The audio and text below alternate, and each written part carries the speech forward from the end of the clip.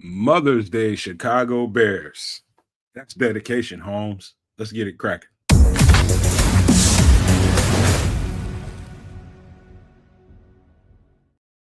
Yo, yo, yo, no maniacs, super no maniacs, and all in between. Welcome to Nomad at Night, where my guy from Canada is here in the building.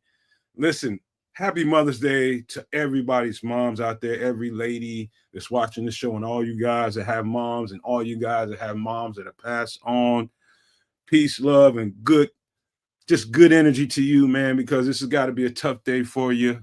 It's got to be that every year. And I'm just fortunate enough to still have my mom here, knocking on wood right now. Went to see her earlier today. I have a funny story I'll try to tell you guys later on about that visit, because it was fun. It's some stuff going on in Nomad household as far as moms goes. But yeah, man, happy Mother's Day to everybody. Any female listening, all you guys, man. Hey, man, this is a special day of the year. This is probably, this time of year really kind of, it's kind of sentimental for me. You know what I mean? I start thinking about, I listened to that song Sadie by R. Kelly, and that just gets me in a place. And it reminds me all the time of all the corrections and all the love, and just when I didn't deserve it, just the kisses, the hugs, and correcting my path, and all the stuff that got me to this point today. Because I'm a kid from an urban environment, man, and all the traps were there for me to walk into, and I survived. You know what I mean? And thanks to my mom, man. Thanks in very large part to my mom, who blessed me with some great instincts. She's got great instincts. She has her own mind. She has her own spirit, and she beats her own path, and I'm the same guy, in a male version. I'm the male version of her. So I owe pretty much everything about me to my mom, man.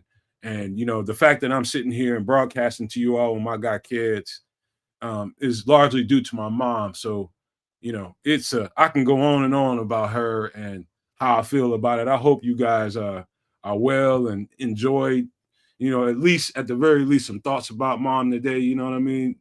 It's a special day for me. I couldn't really necessarily give her gift. Hopefully later on, I'll tell you guys that story later. But yeah, it was wild. But my guy in Canada, I'm finna pass the rock to you before I get carried away and get too sentimental. I almost went there, but I'm gonna pass it to you for some opening thoughts, man. Man, you got all sappy and stuff. I'm gonna say it like this: Happy Mother's Day to all the moms out there worldwide, and on this plane and on the next plane.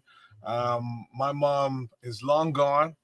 That lady was something special, though. Man, what a gem that lady was, and I don't know what I can do to do her justice now that she's gone, other than be this guy to the fullest. So I'm as close a representation as there will ever be to who my mom's was. Blessings to you, ACK. You know where you're at, and I know where you are too. Big ups to again all the mothers out there. Give them their flowers, give them their props, give them that chocolate, them strawberries, all them good motherly things. And definitely give them a big hug and a kiss if you get the opportunity. Outside of that, man, back to Bears business as per normal. It's Sunday night. It's Nomad at Night. And we're going to do it like we always do. Shout outs to the few who are in already. There are guys out there. Big Swifty in the building. We got our guy Swift rolling in the chat. Cliff Victoria's cooking up something nice as per normal, I'm sure. Same thing with Dobbsy 34. Liberty Outlook out there too, man. Hey, Derek Guy's a super no maniac, and you should be as well. Long story short, let's get it cracking there, buddy. All right. And if you see me disappearing, it's because I made some of them bomb-ass wings I've been telling you about. I might be snacking on some. Yeah, here you go, man, with all that, man. I ate my barbecue and stuff before I got into the show, but I didn't, because my daughter came home and made my wife a Mother's Day dinner, which I got to sort of sneak a bunch of. And so my daughter's in, like, she studied in the culinary arts and recognized many moons later that she hates cooking. I knew she hated cooking. I suggested she didn't get into it, but nobody listens to their dad. It's just how it works. End of the day, she came home. She worked for Red Lobster for a little bit, so she knows how to do some special things. So she came home, made some crazy jumbo shrimp, garlic butter jumbo shrimp that the folks of the Red Lobster would be jealous of. So I snacked on that, but I got a little bit hungry just before the show, so I figured, you know what? Let me just let me heat up these wings so I can partake as we go. All right, man. You're gonna be munching and crazy. All right. Look, man, you enjoy your wings when you can. Listen, shout out to my guy, Big Swift Dizzog, busted up in this piece, man. Coming up in here on a Mother's Day. One little last thing, a little bit of sentiment. I'm a little sentimental, man. I gotta tell you this story. And it's not really a story, it's a little bit of dedication that I've always had to all the young people, especially the young people that I've mentored and counseled and been an advocate of for years and years and years, that I'm still mentoring and advocating for to this day. There's hundreds, probably thousands, there's hundreds of kids, man, that have my phone number and have direct contact to me. And usually on Mother's Day, for a long time, my mother used to get really mad at me because I used to choose to be there for, my kids that I work with, man. And I always really gave everything I had to those kids. And I always noticed that holidays and special occasions like this, things like Mother's Day, Christmas, and things like that, especially those 2 days, it's really birthdays and stuff like that. It's really sentimental for a kid that's maybe in a facility or in a group home or in a confined situation, or just doesn't have a mother in his life or a father for that matter. And I was one of those people who were happy to fill that void, help those kids feel a whole lot better about, life ain't over because you don't have your mom, your dad in it. I don't know exactly what that, I know what it's like not to have my father in my life, but I don't know what that would be like not having my mom in my life. And I'm not looking forward to that. It's not something that, that I was just fortunate. And my mom used to get on me all the time about that. She's like, you know what? You so dedicated to your goddamn kids and all these people you helping out. You don't forget your family. You know what I mean? She used to always harp on me about that. And even today, she was just like, I get so immersed in what I'm doing for you all, and I'm still the same kind of way. And I need to spend a little bit more time with my mom, talk to her more, call her, text her, and do all that kind of stuff. So I'm talking to myself out in the open in front of you all, putting mental notes in my head, like, man, listen, dude, you love what you do, but listen, what comes first, the main thing is the main thing. That's your family.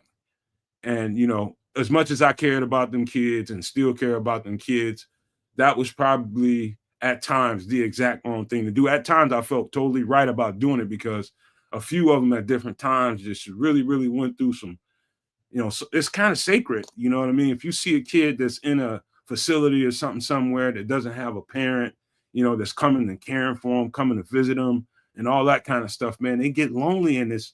And it's a terrible place for a young person to be in. And I felt bad about that. And so I tried to fill that void for them. And I think I did a pretty good job about it.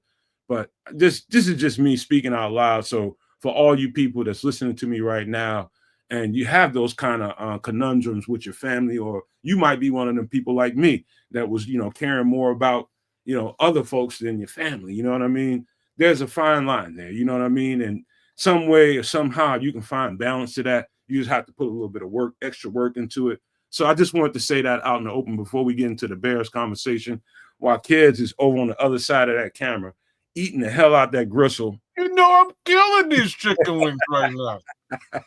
I know you are, man, but let's get into some football, man. So today is the last day of rookie minicamp. And, I want to say this out in the open. So if you saw the thumbnail, which you did, that's why you're here, it says rookie stress test. What do I mean by that? This is exactly what it is. There's rookies coming into the building for the first time, getting acclimated to the NFL, a bunch of UDFAs, some rookies Some rookies that they're guys that have contracts. Some of those guys that I think we signed all our rookies.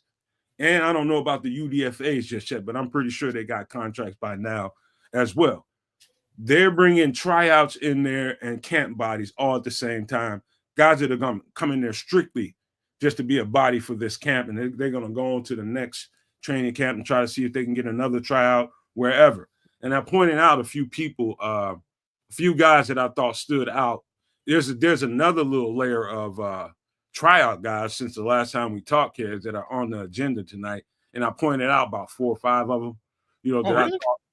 I had to check out the tape on them and get a little bit on them. I'm not going to spend as much time as I did with some of these draft prospects because, I don't know how long they might not be there after Monday. So we're going to talk about a whole bunch of that, some other news. But this camp is strictly for basically information retention is more or less what it is for the most part. It's just them uploading their files into these players and seeing what kind of information they can retain and how can you take that and translate it to the field. How well that's going to play a large part in who gets to come to this training camp. There's going to be the mandatory mini camp that's coming up, I think this week or next week. There's going to be some guys invited to that, and there's going to be some guys that won't be. Guys that'll get contracts for training camp, guys that won't. And so we'll talk about some of those guys that I think have some good potential in this latest little list of players out there. So before we get into it, kids, just to let people know, this is definitely I want to get my eyes on this guy for myself. Every position coach, the head coach, the coordinators, they just want to get an eye on these guys and all at the same time kind of overload them with information and see what they can retain. I think that's all that's going on. It's basically it. It's just quick eval. If things look good, then you sort of move on towards mini and then potentially training camp. And they got to weed down to 53, but they got a little bit of time to do that. And during that time, they're going to spend it just doing eval. So let's get into who just joined, because I might have missed a couple of names here. All right. Oh, okay. So we'll take. Let me share my screen. I'll take a look at that list. Sweet. Right. Give me a second. Pull it right on up. All right. Can you see it? I'll read it. Don't worry about it. So the latest guys on the list, you guys have seen a lot of shorts coming out on a lot of these players. I'll just read it down the line. You guys have seen Dominic Mazzotti out of UMass, a tight end, 6'4", 245 pounds. Emmett Bowl. So these guys, you guys have gotten a look at because I made sure to put shorts out on most of them that I thought were. Do me a favor. Do me a favor. Scroll right up to the top for me, please. To the top of what? Just click on any square and scroll up. Oh boy, you have a whole bunch of more situations going on here. Okay. Oh, yeah. This is most of the stuff everybody knows about because we put out shorts on it. I just wanted to know what your grid was based on here. So that 4.77 is his RAS score. I don't know. Yeah. I have no idea what that is. Scroll up. It doesn't say. It does. Oh, it does. RAS score. I see it. See? We're just taking a look at how you had it broken down here. But continue on. Perfect. Don't get me irritated about RAS scores. I don't give no shit about that, and I don't think anybody else should. To be honest, I think it's an interesting thing to look at. Yes. Pulls tends to like high RAS score guys. We're talking about a 4.77, which is generally a low RAS score guy, but he's in camp, so it is what it is. Yeah, it's just numbers. It don't mean shit. You still got to look at the goddamn tape. Period. That's all there is to it. Let me look at this again. Keep going down the list. You guys seen everything up to Jeremiah Walker, cornerback out of Stephen F. Austin. We did a show talking about all these guys last week or earlier this week. And so here we are. Jordan Mahoney, cornerback out of Arkansas State, 5'11", 180 pounds. Wasn't that impressed with him. I'll just stop there before I go into further detail. We got a quarterback, Matt Downing, out of Elon. He's a tryout, 5'11", 207 pounds, who I have not had a chance to look at. He was the very last guy on the list before we got on the show tonight. But I did take a good look at Christian Grubb, a running back out of Portland State, tryout, 5'11", 195 pounds or so. I'm going to get into him in just a minute, so I'll just stop there with him. Bryquise Brown, cornerback out of Boston College. He's a tryout, 5'11", 190 pounds. He one of those guys that I thought was all right. He's okay. Moving to Sheldon Arnold, the second safety out of Central Florida. He's another one that I haven't done a whole lot of study on, but I did some research on him, and I'm okay with it so far. And we just talking about half of one game is all the information I have on him. So I definitely got to go back in and check in on him. Now, this next one, we'll talk about him in just a minute. Brian Addison, safety out of UCLA. He's a transfer out of Oregon. I'll talk about him quite a bit. He's a tryout, 6'4", 198 pounds. He's worth talking about for sure. Yeah, he's got measurables. Yes. Reggie Brown, tight end out of Tulane. One thing I noticed about him, he's a blocking tight end. He can block well, man. He's only 6'2", 241 pounds, but his blocking ability had to be the reason why they figured out, okay, let's get him in this camp. He's just a camp body probably, but while he's here, they're gonna take a good look at him. They don't have pads on, so they won't get any kind of sense of how well he blocks. But he's a guy. Vincent Murphy, he's a center out of Tulane. He is 6'2", 300 pounds. And what's funny, the only game that I watched of him, I don't know if you know who I'm talking about, kids, but the No Maniacs probably would know. So the freaking Florida Gators have a defensive tackle is about 450 pounds. Okay. I don't know if you've ever heard of him. His name is Desmond something. Somebody in the chat's probably going to mention it, but I've seen some pics of him very recently, actually. Oh my God. Big boy. Oh my God. I was watching that thing just busting up laughing, man. It was just that's the wrong tape to watch when it comes to this guy, but I really do think he's a camp body.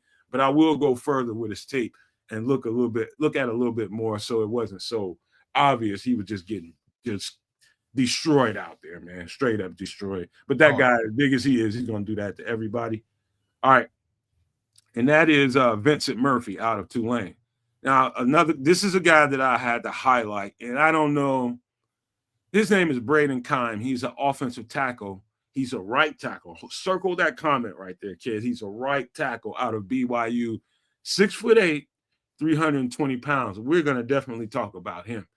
And this guy right here, this last guy, Osafo-Mensah. That's what they call him. Osafo-Mensah out of TCU. He's a DN. He's an edge rusher, 6'3", 259, 260 pounds. Definitely worth talking about. He's an athlete, man. So this is the latest list of the tryouts that came in this weekend. This is the most updated version of that. So I'm going to get back into the studio and see what the comments are and get this off the screen so we can talk about some of these guys.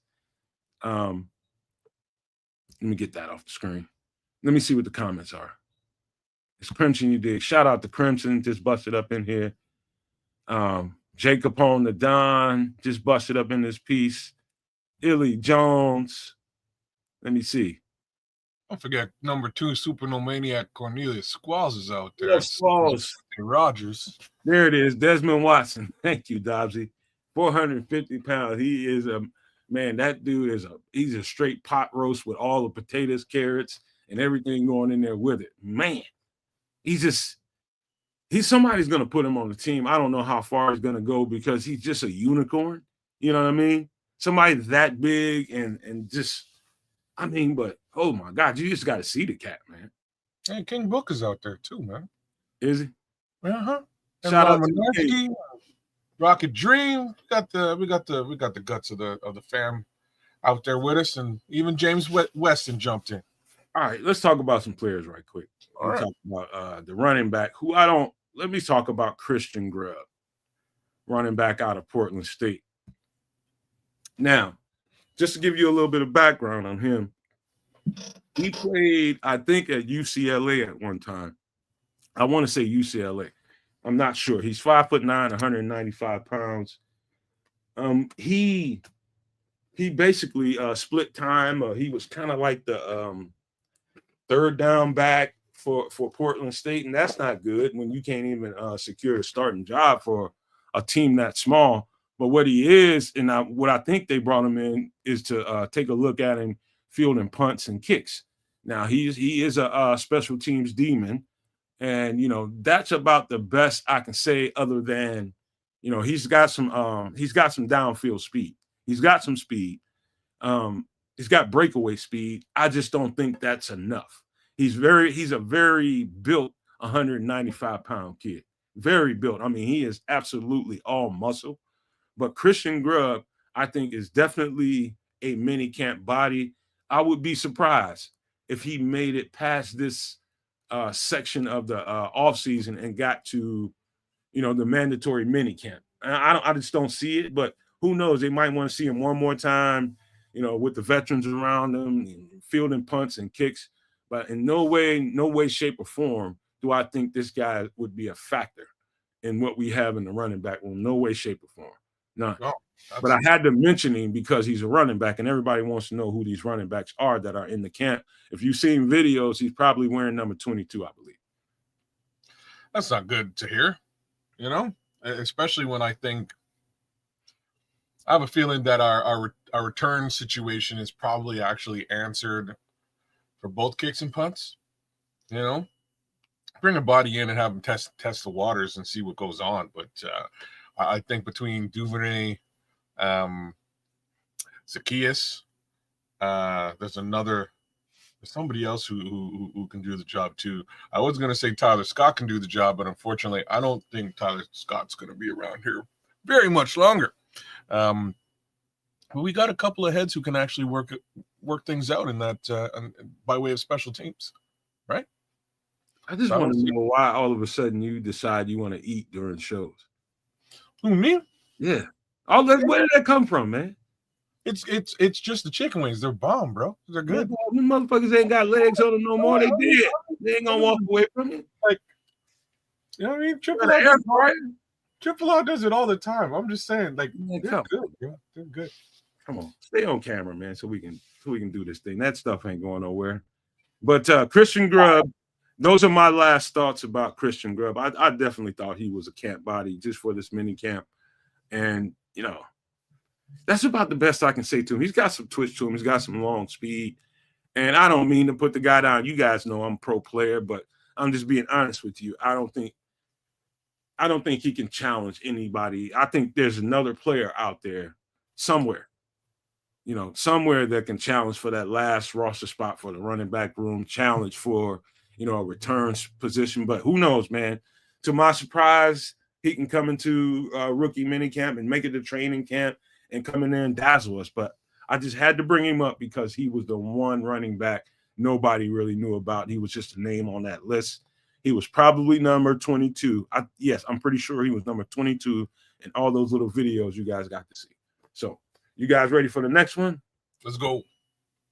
And this is Braden Kine out of BYU, 6'9", 315 pounds. Now, the first thing I want to point out, kids, is if you've noticed, like there's another guy on that list of tryout guys or UDFAs. I can't remember which one. I believe he's a tryout guy, but he's pretty much the same size as this guy right here, Braden Kine, 6'9". I think that guy might be 6'8". 310 pounds, 315 pounds, the same measurables as Ozzy Trapillo. You see what I'm getting at? Not only that, every one of those guys are specific. Not that Ozzy Trapillo is we're gonna talk about him in a second, but Trapillo is gonna get reps on the left side for sure. They're looking for right tackle for backup for Darnell. No. We're going to talk about that, but they are bringing in right tackle specific guys. Why right tackle specific guys? But we can talk about that in a minute, but let me give you his measurables. This guy's out of BYU, 6'9", 315 pounds. What I saw on film, he was solid. I would just say he's solid, but here's the knock I would say, on Braden Kine. It's the fact that I think his flexibility is going to be the thing that if he's done in this situation, if he's not brought back for an additional camp or to training camp, it's going to be because his flexibility isn't what they want it to be. A couple of times, and I didn't see it consistently. I'm just going to put that out in the open. A couple of times you see the smaller, the 6'2" guys, the 6'1" guys get underneath him, and he didn't have the flexion to kind of stop that. And so that's probably why he didn't get drafted, because you see everything else. He's got a decent anchor, I would just say above average anchor, and he's really good in pass protection. He moves to the second level well in the run game, takes great angles in the blocking, and he's pretty, let's just say, pretty consistent with his hands and when to shoot them and put it out for pass protection. I thought other than the fact that he wasn't very flexible at the waistline and couldn't really take care of some of those smaller edge rusher guys, and they just get right up under him. I saw that a couple of times. I can't say that I saw it consistently, Kez, but I did notice that. And so Braden Kine out of BYU, just got to pay attention to. I think he'll make it at least into the next the rookie mandatory minicamp. I think he'll make it there. So why on the right side then? Because I think that the plan is to let Darnell Wright get some run at left tackle. I know that's unpopular, you guys. Don't be slinging darts at me. I'm just telling you what I think the Bears are thinking. There are tells if you just pay attention to it and choose to acknowledge what they're trying to tell you indirectly. I mean, if they're looking for a specific left tackle, they would have brought in left tackle guys. No, they've brought in right tackle guys. They've brought in guys that work primarily on the right side. I've heard people that are very close to the organization, like what's his name, Brad Biggs. I think I heard him. I think I might have heard. It might have been Courtney Cronin. I don't want to misquote either one of them, but one of those two or both, I'm pretty sure I've heard, and they're close to the organization. Word is that they think Darnell Wright could be probably our new starting left tackle. Yeah, not popular. I don't care how popular it is. It's just the damn truth. I don't care who doesn't like it. I'm just saying. It's all it is, kids, is people who have all that acid reflux from the movement of the offensive linemen and guys struggling because they're moving from position to position. We got somebody that's pretty good on the right side. Leave him alone. That's just panic. That's just nervous energy. That's all it is, man. The guy can play left tackle, but if that's what they want to do with him, who am I to sit up here and say, no, they can't do that? Nah. That's out the window, dude. All right, you're pushing this one. I don't like it. I don't think it's it's like if you're building a house and you built the right side and then you got to go and build the left side, but you need some extra wood. So, you know what? Let me cut down the right side and move that to the left. And then I'll put up the rest of the wood on the left-hand side when I get some more wood later on. You know what I mean? Like it just doesn't. He's established there. He's good there. He was drafted. What do you think can go wrong by giving Darnell left tackle reps and then bringing somebody in to play? It's going to be somebody like Ozzie can play right tackle. We know that. What is it that I don't understand why people get so anxious about that? Like I don't know what's the point. I don't understand what the point is of moving him. Like, are you going to get a better left tackle? You think? Probably, yeah. I don't know about that. Like He's better than Braxton. That remains to be seen, right? I've seen it, man. I already saw it. That remains to be seen. Like we know he's a good right, and that's what he was drafted to play. I just don't know. Like the downside here is you may have a weak left and a weak right now, as opposed to at least knowing that the right-hand side is taken care of. And, the way I'm looking at this kid looks like a backup to Braxton. as does anybody else who's being pulled in here on the right-hand side. I think Atmos is exactly damn right. He said, I think because it's what happened when Tev got moved. I think that's exactly right. When Tev got moved and there was all kinds of upheaval, and that made the whole fan base. I'm telling you, he's right, man. Atmos is right, man. It's not just Tev. Like there's been all kinds of moves on that line over the course of the last, like, I can go as far back as like 15 years. There's been all kinds of just ridiculous moves, and they never work. It never works out. Not once. The one time when a move might have worked out was when they moved James Daniels from guard to center. That's like the one time I'll say it actually worked out. They moved James Daniels to center, played very well in center, and then they let him go and replaced him with Cody Whitehair in another move from guard to center that didn't work out. Now, I'm not talking about the left and right hand side, but I'm talking about the offensive line. It's what you just got through saying is basically based on history. Those are different players, different. Y'all brought up history. You're right. Y'all brought up history. I'm just saying, if we're talking different coaches, different. Don, and why you in here, Don? Let me shout out to Don Bird. Wait, Don Bird's giving a big shout out to MC8. Gia, I'll give him a little big shout out too, and then enough of Don. I want to point out something to Don that Don you should be getting ready for, because this is a particular conversation. We're talking about their right tackle. What's his name? Penei Sewell. Penei Sewell was a left tackle in college. They moved him to right. He excelled. Same thing happened to Darnell Wright. He excelled on the right-hand side. What people forget, because don't nobody want to go back and look at tape in 2021, Darnell Wright as a sophomore was dominant as a left tackle. Eventually what I wanted to say to Don was eventually within the next year or two, they're gonna move Penei Sewell to left tackle. I promise you. Oh boy, the left tackle there now is going to retire in about a year. I guarantee you. Give him a year or two, he's going to be gone, and they're going to bounce Penei Sewell over there. But if you're an athlete and you're good, he's going to be fine. That guy's going to be fine. Penei Sewell is a baller. He's a dog. Why you want to move Darnell Wright? He's going to be fine so badly. I think it's not me wanting him to move. It's just me listening to the fan base and all the people. Just no, leave him alone. Like, dog, all you gotta do is look at the fucking tape. Just look at the tape. And you wouldn't be so anxious about it. He can play. Nobody's saying he can't play. I'm just saying that, like, are we gonna get the same level of play at left as we do at right? And I can only imagine that you wouldn't. It's almost like it's gonna be a learning curve for him to get back up to snuff on that other side versus what he's been doing for the last 2 years. It's almost that simple for me.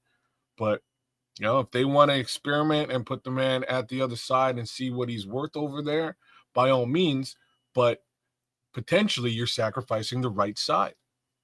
This is speculation at best, Illy. This is just me reading the tea leaves. They bringing in all right tackles, and all the reporters, and you've kind of heard polls kind of hint at it too.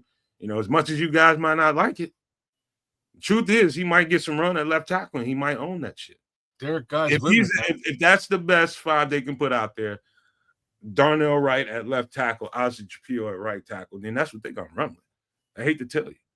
No, that's and again, I ain't making the decisions on the line. If that's what they feel the need to do, by all means, do what you feel. I'm just saying, like Derek Guy's saying, if it ain't broke, don't fix it. I wouldn't make this change for the sake of making changes.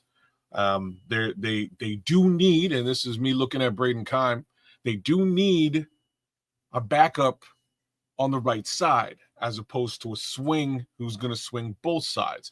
They also have Karan and Ozzy and Braxton, which potentially works out the three guys on the left side. That's depth there. They do need some depth on the right. I wouldn't think that bringing in another right-minded right tackle is signification that they're going to move Braxton to the left when they got three guys there already. All right, man. We spent it. Let me hot box with Minister Charles right quick. And Minister Charles saying he's saying he looked at the tape of 2021 tape. He wasn't dominant, huh? Okay, we'll talk about that in a second. If he was dominant, they definitely would have kept him at left tackle. See, that's where you got it wrong at, Mr. Minister Charles. They moved him for a reason. They moved him for a reason because the same reason why Ozzy Trapillo, the very same reason why Ozzy Trapillo was moved to the right-hand side is because they brought in a guy who they really liked, but he wasn't like right tackle kind of capable. And so it's just like, hey, man, listen, how you feel about moving over here? It's just like, no problem, man. I can move over there if that helps the line. Same thing, same damn thing happened with Darnell Wright. Exact same thing. So it wasn't lack of ability or he wasn't good enough to stay there. And yes, he was dominant. When you can whoop the shit out of Alabama players consistently during that time, these are the champions at that time. He was whooping their asses. He was dominant.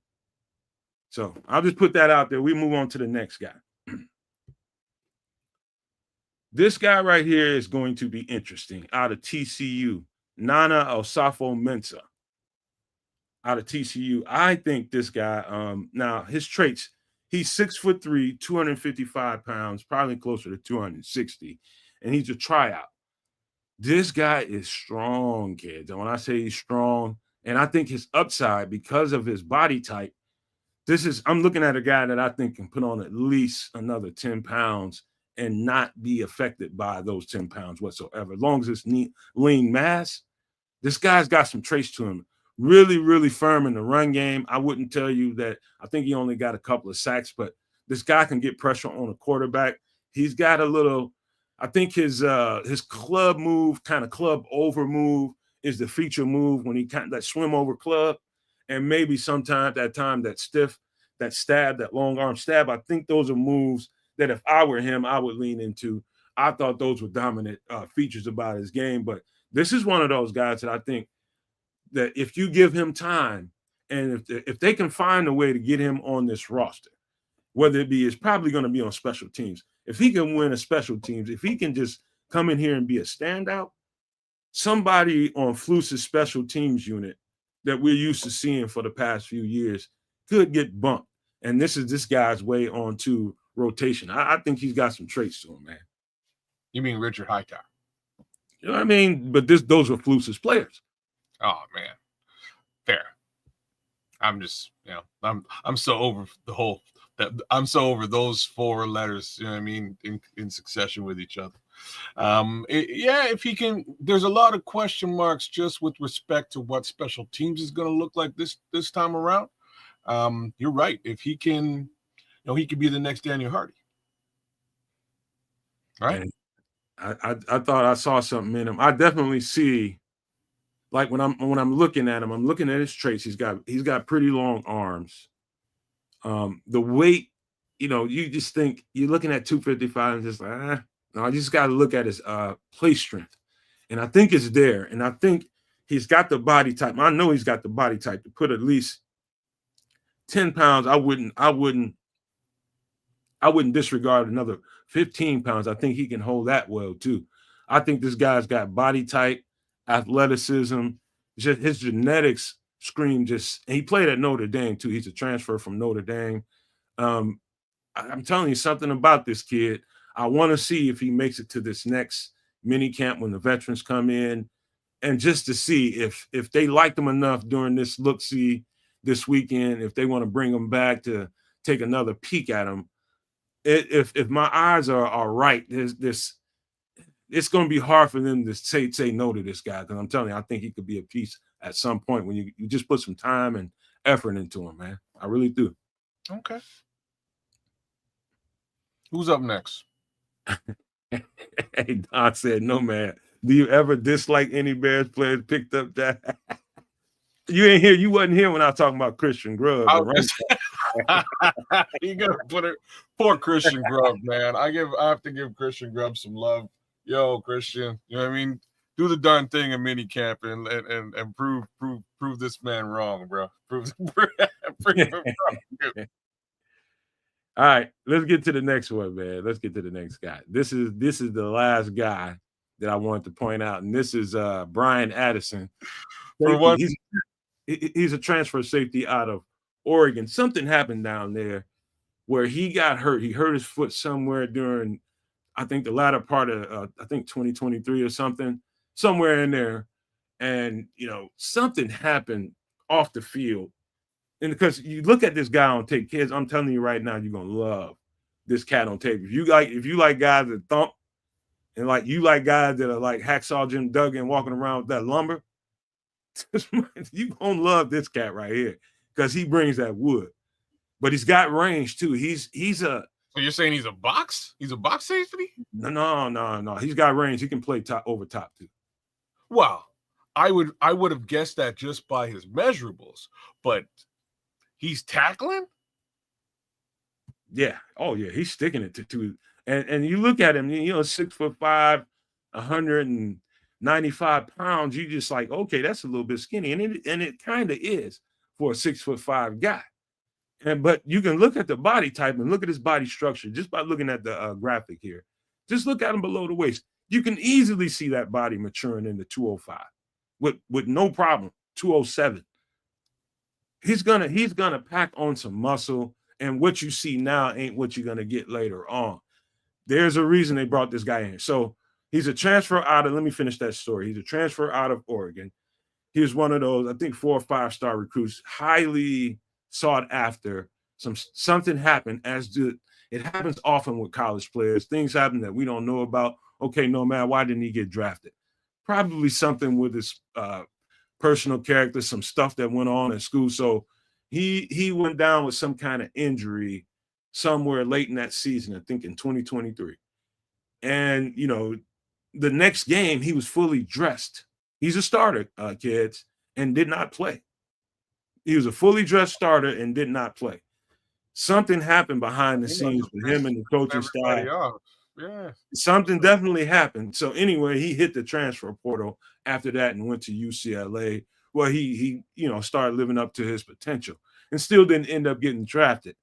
This guy, obviously, I think this is one of those kids I think has the traits and measurables that could have went to anybody's tryout or anybody's camp. He chose Chicago for a reason. They're selling something in Chicago about the future of the safety position in Chicago. And so we have quite a few guys coming in here right about now. We signed a couple of guys. The safety position is in flux in Chicago, in my opinion. They are looking for the future of Chicago safeties. And this guy, I think you guys check out Brian Addison on film. You are going to like this dude. He's a straight out thumper, man. Straight out thumper. Yo, I'm just seeing the scrolls has changed his avatar. He's now the Chicago Pope. That's crazy. Oh. That's wild. You wild out. It's Ditka. What I'm gonna do with these graphics, man? What you try to do, Scrolls? It's Ditka. That's awesome. Scrolls, what I'm gonna do with this graphic, man? Now that you the Pope now, man. You're gonna have to change it up now, bro. It's Ditka. Ditka the Pope. That's great. That's all right, man. That's what I got with these UDFAs, these tryout guys. One other thing I want to talk about that people are talking about in the fan base right now, and I'll just get this out in the open. So Javon Clowney a few days ago was cut by the Carolina Panthers, and there's a lot of people in the fan base that feel like we didn't do everything we could have done in free agency and in the draft to address the edge rusher position. There's people still nervous about that, and podcasters and commentators are out there. It's like as soon as he got cut, we need to hurry up and grab him. So this is my take on Javon Clowney. I've been talking about Javon Clowney for a year. Kids probably got tired of me talking about this guy. But my thing is this. At this point, not that Javon Clowney can't come in and make an impact on this roster. I know he can. These are my thoughts. I think at this point, I think you see what you got. Between the guys that you drafted, the UDFA, some of these tryout guys, give these guys some run. Because one thing I'll tell you for sure, if you sign Javon Clowney now, you can be for sure some of the an edge rusher or two that we think highly of, say Daniel Hardy, say Austin Booker, won't get the run that they deserve just because Javon Clowney's here. Fair. So if you want to do it, wait until camp's over. That's what I was. That's a fair assessment. So things to note. Now that he's cut, he's probably available at a much more palatable number. Business talk, you know what I mean? Like by way of cap space, etc. They could probably get him at a much nicer number now. Last year was a bit of a problem. The year before that was a bit of a problem. Sort of a couple of years as a mercenary now, that price tag goes down, especially after a quick cut, and he's going to be sitting on the market for a little bit. The flip side of all this is that the writing was on the wall. The Panthers went out and drafted 2 DEs in the draft early, right? So they plan to move on, not just from Brian Burns, but to solidify the other side of their pass rush too.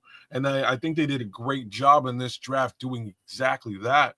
So, Panthers' loss could well be somebody else's gain. And depending on what these young edge rushers look like during training camp, maybe that gain is the Chicago Bears game. Don says, Nomad, watch Clowney cut ups on all 22 film. He's good. Dog, ain't nobody got to tell me. I know what Jadeveon Clowney can bring to the table. I can watch his tape all I want to, man. It's Jadeveon Clowney is he's on that mid-tier. Like when you start talking about some of the better edge rushers in the league, you got your Myles Garrett's of the world. You got your what's his name in Vegas. You got those guys because he's bounced around. You know what I mean? Now he's 32 years old. I think it took him a minute. I remember watching his rookie year. His rookie season was kind of tough on it, man. You know what I mean? For most times, rookie defensive linemen, they're gonna struggle in their first year. So he struggled. You know what I mean? And it's just, that high draft pick that he was chosen with, I think Jadeveon Clowney, you put him, I remember that, what was that year? I think it was a year or two ago, and he was just with some other team, and they were just wrecking stuff. He was in Cleveland. It was Cleveland. He was on the other side of Myles Garrett, but like when you're on the other side of Myles Garrett, you're gonna eat, bro. Man, Jadeveon Clowney is you love him against the run, and you love him on third downs when you need to get to the quarterback. You gotta love Jadeveon Clowney. I still think that he might be an option because he's 32 years old. It'll be until camp is over and some injuries or something happen in camp, knocking on wood. If he's there, which I doubt, he's definitely going to be an option at the end of camp, I believe. I would go, I'll be straight up about this. I would go offer him a low wallet share deal right now. Low money. I mean, he's 32 years old. You cheap as fuck anyway, so you're going to always offer somebody low money. Damn straight. That's why folks don't like you, kids. That's why they don't like you. That's all right. I ain't doing business with everybody. They doing business with me. You know what I'm saying? I'm selling, not buying. All right. Hold on one second. My mouse went to sleep on me. All right. All right, let's get to some conversations that I've been hearing about. I'll say one in particular for last. So Audrey Tapio, as you guys might have heard by now, this weekend got, from what I understand, strictly left tackle reps. Again, this is a mini camp. All they have on are shells. There ain't no real football going on here. What they're trying to do is assess how they think this is going. We giving them information. How is he retaining information? Is he going out there translating the information onto the field? Do we like his technique? Do we like his fundamentals? How far do we want to take this while we got him in shells? Because once we put him in pads, we get another level of the evaluation. And, I haven't heard anything bad so far. Let's just say that. And so long as, this is what it is. He's taking left tackle reps, and I think it's going to go further than this. It's going to actually turn into a left tackle competition between him, I think Darnell Wright, and Kieran Amagashi. I believe that. You know what I mean? They're gonna move those guys around. All three of them, especially Kieran and Ozzie, they know what they're gonna get from Ozzy, but that he's still gonna go on the right side and take reps over there. Same thing with Kieran Amagashi. They're just gonna mix him up and see what they can get out of him. See if they put a certain amount of stress on them, can they find some fractures in what they can bring to the table. So Ozzy Trapillo, one of the conversations being had this weekend, people were nothing to really report about, but he was definitely taking left side reps. Well, I'm gonna leave it alone because my thoughts is if they're working him exclusively at left, I think they found their left tackle. But this is just going to be a competition thing anyhow, so we'll see what it shakes out as over the next 90 days or so. But I have some level of faith that this kid will take that position and hold it down for for at least the first 2 months of football this year, if not the season. I have his tape is so good, kids. And when I say good, you guys got to understand. I'll say this again because I know I mentioned it before. When you're watching offensive tackles, offensive linemen, period, but offensive tackles in particular, it's a certain something you need to be looking at. I'll tell you guys right now, below the waist is where all of the basically your eye discipline when you're watching these guys should be there. How quick is his feet when it comes to his kick outs and getting set for a pass rush? Probably the most important thing about an offensive lineman, especially one this big, this size, this length, is how well does he recover to the second move.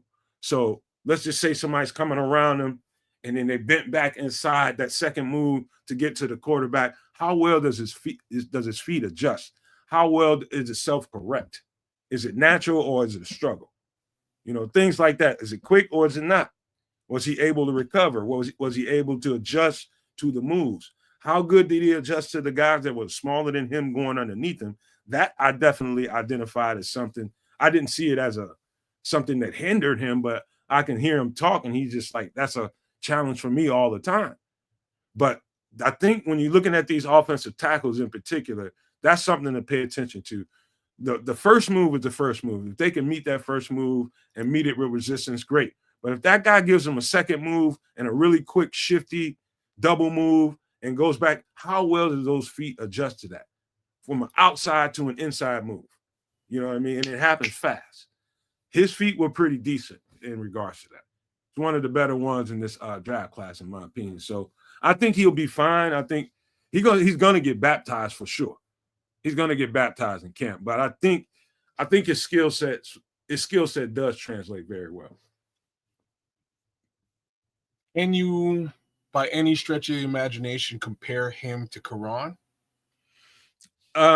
Yeah. Karan, let's just say Karan had a little bit more technical flaws, in my opinion.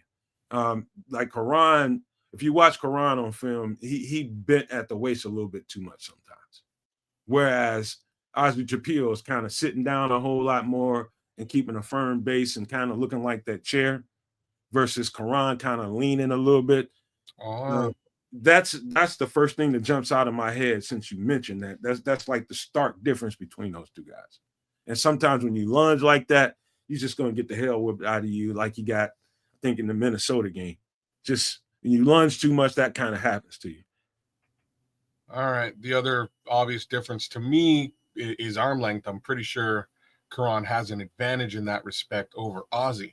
So I'm happy to see what happens, what shakes out over the course of the next 90 days, man. These two guys, they got a lot to fight for. Big competition between these two guys, and I have no clue who's going to come out on top. Right now, it's looking and smelling and feeling like it's going to be Ozzy Trapillo, which, which kind of worries me just a little bit, because it means that a third-round pick is going to wind up on a bench, But Ozzy's a third rounder too, I think. Yeah, he's second rounder. Uh-oh. Sorry, Karan. Damn. Well, we'll see, man. We'll see. I would just say, even though Karan had some really good tape, and he had like the Washington games, you want to get excited about Karan Amagaji. Watch the Washington tape, man. He put up some pretty good tape there. I don't think it's going to be like this. I'll just say Karan Amagaji definitely has him in the athleticism department. Fair. Structurally, fundamentally, Ozzy Trapillo's tape is better. He just has great fundamentals, man, and that's nothing to sneeze at. When coaches are looking at this stuff, kids, they want to feel comfortable. That guy's going to get put in all kinds of different situations. There's got to be guys twisting, stunting, and if you're not right technically, you're going to fall victim a whole lot more times than you should because of your technicals.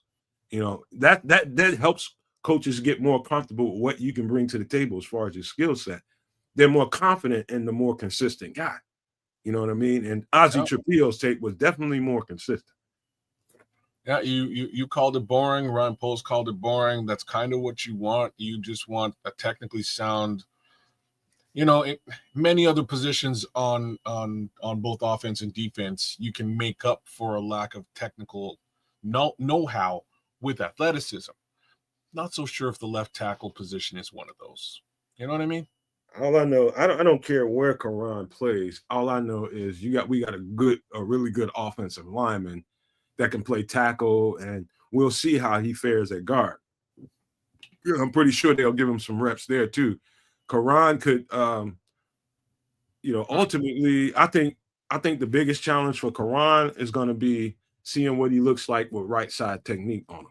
Because all I know of Karan is left side technique, and that's to Minister Charles's point earlier, talking about how it's not easy for all people to go from one side with one technique over here, left foot forward, versus going over here with your right foot forward, all that kind of stuff that comes in play. That's real, because that is very real. Now, some people athletically are gifted enough and just have a knack for the game enough. It's just football at the end of the day, and you adjust. It's just the amount of reps that you get, giving yourself time to adjust to it. I think Karan has a skill set, but I think it'd be a little bit of a challenge to him. If I'm him, I'm somewhere right now working with right side technique stuff just to get myself ready for this camp. That's what I would be doing if I'm him. I'm pretty sure the coaching staff probably told him that. That's an interesting call. I like folks in the chat are sort of screaming Karan is a guard, or at least Big Louis 88 is. I wish I could argue with that, man. I think that might be where he will eventually wind up and or shine.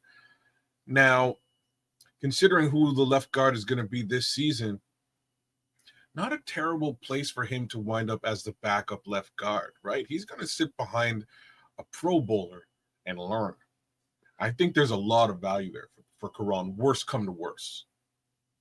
Yeah, I think I still think he was a steal of a draft pick. No question about it. That one game didn't do anything to my psyche as far as what I think Karan can bring to the table. I think he was tossed into a hot ass skillet and he got fried.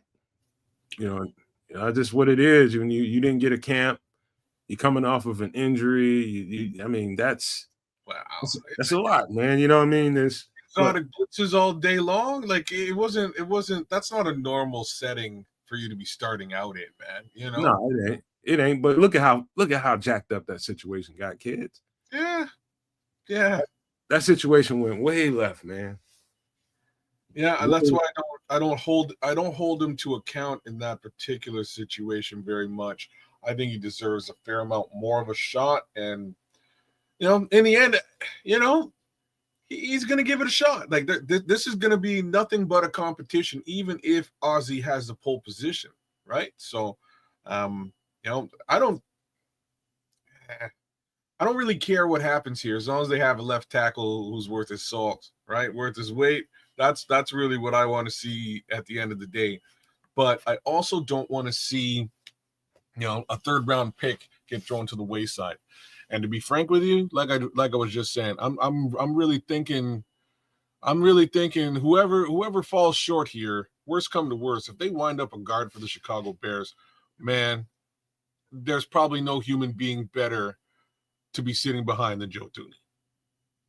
Yeah. And it's going to happen. Joe Thuney, I think we'll talk about that later. But Ozzy Trapillo, I do think Now, to Crimson's point, and I mentioned this, I think, last week or earlier in on some extra sauce. I do think this might have been the best pick that we made, for I'm talking about who can bring the most value immediately, even over Colston Loveland. That's terrible. I'm not kidding. I'm not. That's no shot at Colston Loveland. Understand what I mean?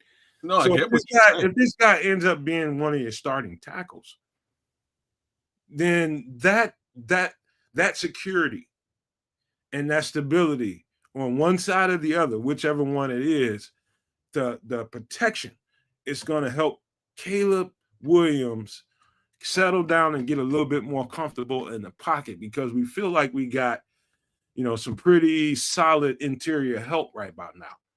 Think about the value that that's going to bring to the table and how that can really advance our cause versus a tight end he's going to be valuable too. But if this guy works out and ends up as a starting tackle on either side, this is definitely going to be the most valuable pick of this draft.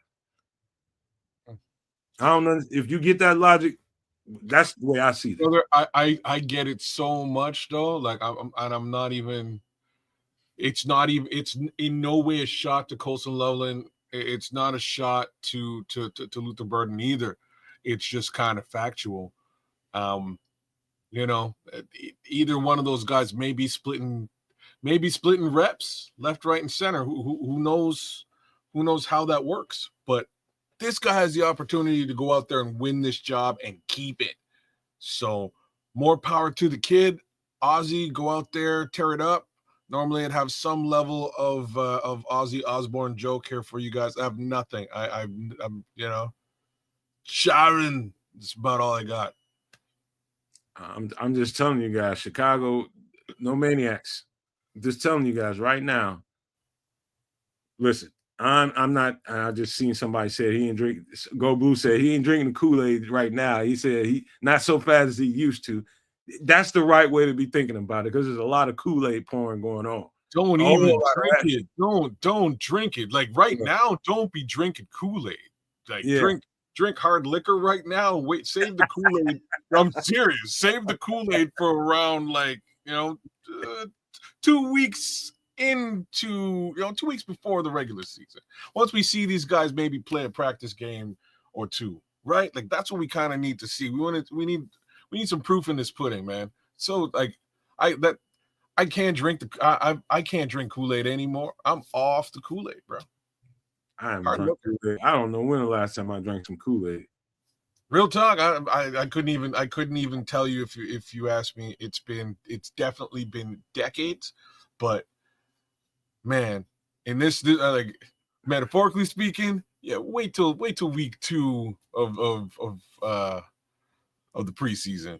You know what I'm saying? Like that's when if Kool-Aid is being poured, you can start sipping it and believing it, because you see it and you're watching the pour. Now, I don't know. All that Kool-Aid pouring going on, man. Avoid them Kool-Aid cups, man. All that sugar and that shit, man. Just get you all hyped up and jizzed up. Avoid that shit, man. Avoid it. Oh, yeah. I'm not here. I'm not pouring Kool-Aid. What I'm doing is just giving you raw freaking facts and evaluation as to what I saw. And I think what he can bring to the table. And I'll say this one more time. He's going to get the hell baptized out of him when he gets, the right guy in front of him, the Montez Sweats of the world. He ain't never visited no motherfucker like Montez Sweat. When Montez Sweat gets in front of him, that's going to be his biggest challenge. Montez Sweat, and then you get somebody like Daniel Hardy. You have to. I'm just thinking about training camp, and when they have pads go on, certain guys are going to give him the flux. Just like, to this day, what's his name? Drew Dahlman still gets the flux from Grady Jarrett, just because Grady Jarrett is a dog. There's going to be a guy, even one of his teammates or two. There's going to be a guy across the league, on the other 31 teams. They're going to give him the flux. But I think stability-wise, this guy has everything you want in a tackle. Everything. And I'm not pouring Kool-Aid. I think this guy, his game is very mature I think that's probably the best way to describe his game. It's very mature. For a college player, it's very, very mature. Okay. I'm liking what Flex Diggs is saying here. He's saying Ozzy's a better technician now. Karan is a raw talent. Compete and earn your spot, boys. And that's right where I am with this whole situation. Let's give it a couple more weeks. Let this kid get settled and let him get tested in training camp. And that's why I'm saying 2 weeks into preseason. Once he's been tested for 4 weeks against the Montez Sweats of the world and the Austin Bookers, and he's seen some of these different pass rush styles and techniques, Deo as well, we'll get a better understanding of who the kid is once he's out there on the field now playing against completely different different players on the edge. How can he adapt? How can he modify in those situations? So I'm with it. I'm interested, and I hope he holds it down. But one more time, just like Flex is saying, may the best man win, man, because I know this is going to be one heck of a competition in camp. I feel sorry for Braxton Jones right about now. Fair. I wish I could say I don't, but at the same time, injuries suck in football, man. Not a good time to get injured and not be able to make it back in time for the beginning of the season, which then forces your team to look for alternatives.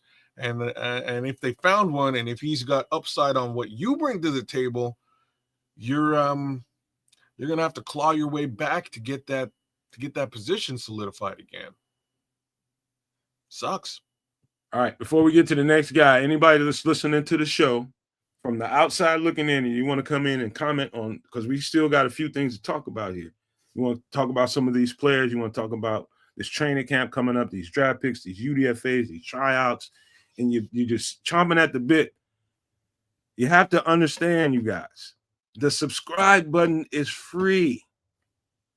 99. I shouldn't even say 99. It's free. That's a stupid thing to do. It's absolutely free. It costs you nothing to hit the subscribe button. Absolutely nothing. It just helps us. It just tells the algorithm that you guys like this content. That's the only thing the subscribe button does. It's absolutely free. You hit it. If you support what we do and you're on the outside, you don't have time to chat. And you're at work and you usually listening to the show, doing other things. Still hit the subscribe button, please. We need your help. We definitely man. And I'm gonna double down. So we're multi-streaming as per normal. Keza Canuck doing the darn thing on the other side too. My guy Ant Mass is over there holding it down. Swifty was over there holding it down. Ant Mass says it's the exchange rate. I'm gonna say there's no bloody tariffs in Canada with respect to subscriptions. So get over there, give me a like, give me a subscribe, and if you want to come right back over to Nomad, by all means do it, because we like to keep the chat bumping on a Nomad side. But in either way, the chat still sort of comes together in the end. So by all means, give me a little bit of love. Give Nomad a little bit of love. We love you right back. So Darius Morgan just busted up in here. I don't know if you're new to the channel and you just now subscribed, but I don't know if this is the first time I've ever seen you, Darius, but I know one thing I'm glad to see in the community right now. I'm always happy to see all the new names that come in here and that are supporting the channel and probably have been supporting the channel for a long time. And I just never seen you in the chat. So I get giddy when I see the new people come into the chat, man. I just want you guys to know we're just waiting here to welcome you. That's all. We just welcome you into the community like we do everybody else. So come on in. The subscribe button is free. Hit that thing for us if you love what we do, man. So let's get to the next guy. Yes, sir. And that is this rung bells today because Luke Newman was at the podium today. And I remember, kids, when we pointed this guy out, when I broke him down after we drafted him. The very next show that we did, I was talking about him and I gave it a breakdown. And I remember mentioning that it wouldn't surprise me if they gave this guy some run at center, Luke Newman, because I think some of his I guess you would call them measurables, his size, weight, arm length and all that kind of stuff that people were complaining about Luke Newman. Typically, when you see a guy with that body structure and that body type, it's a center. Typically. But to me, a center and a guard, as far as blocking skills go, it's the same. It's the same human being. It's the same human being. All you're doing is getting added responsibility, and it's a different game when you're a center versus a guard. You know what I mean? But the skill set and execution of your assignment is the same. You know what I mean? A guard and a center, the same thing to me for the most part, other than the center being able to go out and read what's in front of them, relay information. Those are the other two pieces, right? Yeah, but you can see the body type is there. And so, I think a lot of people went crazy on Twitter, and a lot of people are still going crazy about this could be our backup center. And what they're trying to do, I believe this is the case. They're trying to get guys that can kind of transfer to both sides. We're sure you can play left guard. We're sure you can play right guard. Now we need to know if you can play center. That's going to really, really add to the value of what you can bring to the table. If you can prove to us that you can play center, we're pretty confident you can play either guard. We know that. That's why we drafted you. Now we want to add another layer of stress to what you can bring to the table. And I don't know that he got center reps while he was there. I think he said he got mostly left guard reps, but I think that next level of what they're going to ask him to do is coming in the next camp. I heard something to the effect that he got some center reps there too. So I think you're right in all of this speculation. My only little side speculation is like, what's popping with Ricky Stromberg? And I'm gonna do some research right this minute while we're talking. We won't know nothing until they get into veteran mini. Fair enough. You won't know shit. He's just working out, getting ready for this camp. Yeah. So I still got high confidence in Ricky Stromberg. I do as well. He looked great on film in college. Like, he looked fantastic. He just hasn't had the opportunity to do it here in the NFL, mainly due to injury. So, this might be a positive situation for us in just sort of falling into a high caliber backup for the center position. Did Kansas freeze? Yeah, I think he froze. He'll come back in just a second. Give him a little bit. That's what he gets. Something we never blame that on the chicken wings, really? Yeah, that's what you get for eating that chicken. But I should actually eat the chicken. Eat the chicken, man. It's better than going off the screen. Whatever. I'm just saying. It looks like we got some depth at center. Is really all I'm trying to say, and that's amazing. Unfortunately, Darius Morgan saying Doug Kramer's still there too. I was just about to say, if these two guys work out, I'm not so sure Doug Kramer keeps his job.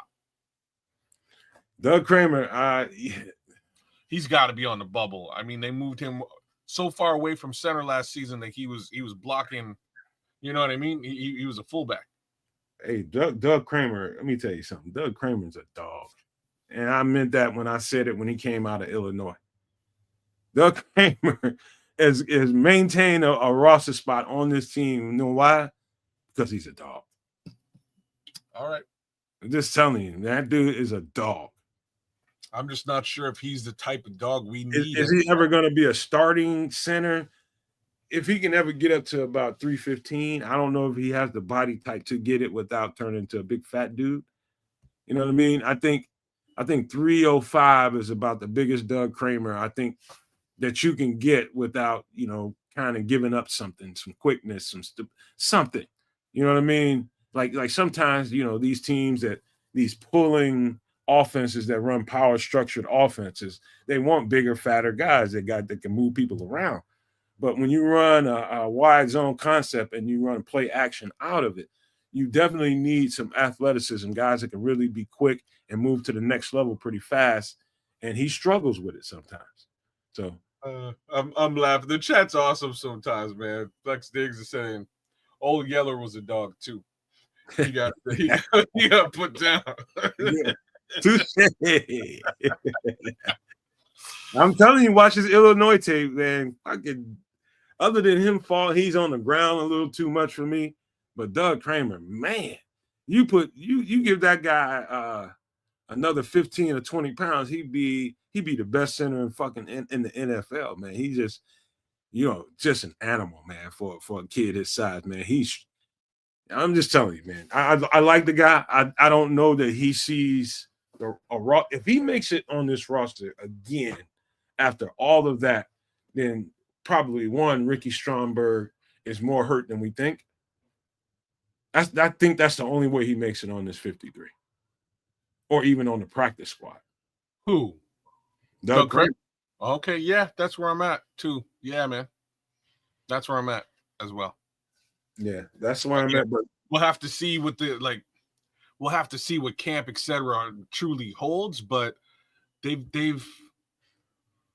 doubled down on the center, tripled down, including Dahlman at the center position. If that's truly what Luke Newman is here to do, and if that's the case, man, unfortunately, somebody can only bring 53 to the season. All I know is anybody that, like, I'm not one of those people that worry about Luke Newman's arm length. I am not at all worried about him. As long as he's lined up on the interior in that short area, and it really doesn't bother me. Then is there going to be times where it can be some kind of inhibitor to him? Who knows? But I know thus far I haven't seen it. And I looked at a good amount of his tape. I ain't seen nothing about his short arm being anything that kept him back. And so I do like the idea of making sure you can flex from left to right. And I think that's why they drafted him, number one. But the next level for Luke Newman is definitely going to be, does this translate to center for you?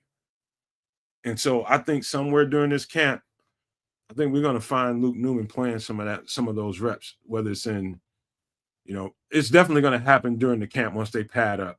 But will we see it in the preseason? This is what I'll be looking forward to. So all the reporters will be talking about, oh, Luke Newman is playing. He's taking reps to center. I want to see it with the pads on. That's what I'm looking for.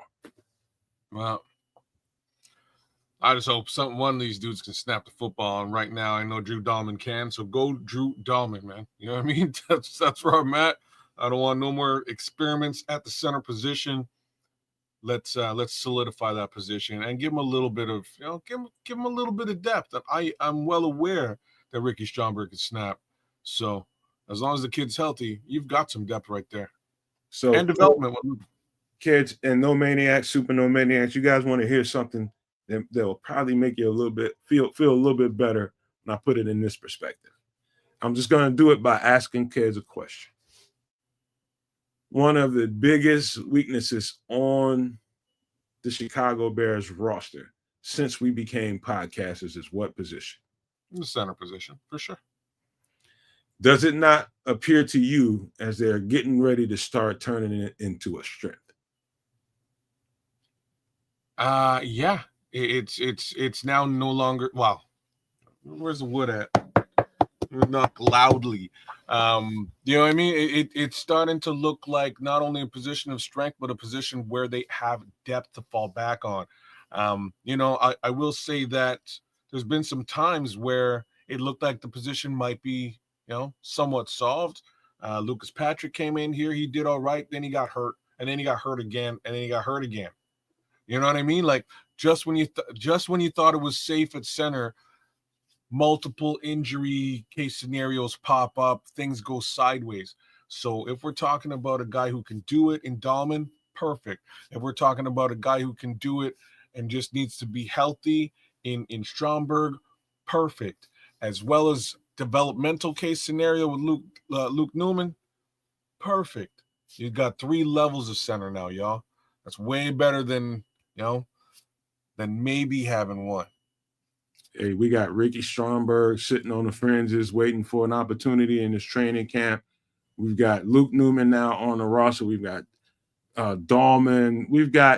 There's another guy that came in this tryout session. I didn't think too much of it. There was another center. You're right. Yeah. I was hoping it'd be Big Eli, but they got another center to come in too. You're right. There's 2 centers that came in for trials. Vershawn Lee, I did a short on him or 2 Vershawn Lee out of South Carolina. Now he's got some potential. But the guy that they brought in from Tulane, I think he's no better than what we have in Doug Kramer. He's a 300-pounder. You know what I mean? But he's got decent play strength, but I didn't think it rose to the level of making a graphic for him and having a conversation on him. I just didn't think too much of him. And so I didn't go any further. But Vershawn Lee out of South Carolina, he's an interesting guy that, you know, depending on what they saw, how he retained information, is that retention and how it translated to the field, could find himself in this next minicamp. Well, yeah, man. It's about time. We've all been crying about it. So it's about time. I'm gonna have to defer to the great Olin Kreutz himself, as he gets a look at this center squad and what they're about. I'd love to hear more, man. So I'm gonna keep my eyes and ears peeled for his take on what these new centers sort of amount to over the course of the next few weeks. So, and this is the last thing I'll say before I move to the next player. Pay attention to when you hear Ben Johnson, Ryan Poles, or Dennis Allen getting specifics, like very early on in the process. I'm talking about even before the draft. I heard Ben Johnson say, and I got it circled over here on my, you guys don't know, I have a wall with all kinds of Bears notes and things like that on it, scheduling and all that stuff going on. And I take notes of stuff.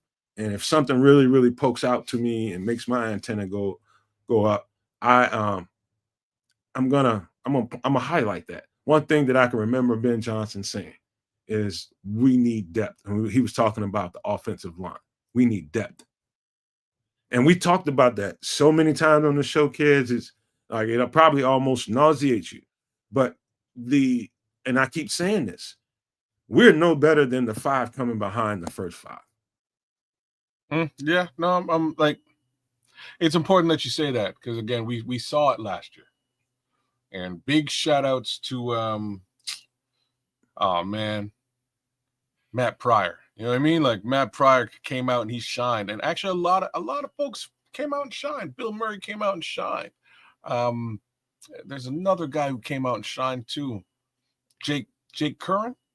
Is that his name? Yeah, man. Some of these depth pieces came out and shined. And unfortunately, even though they shined, they also got hurt. Right? It just got worse. Mostly Bill Murray, though, kids. Mostly Bill Murray. Like, I liked all three of them. Like, the Jake Curran situation was literally one game.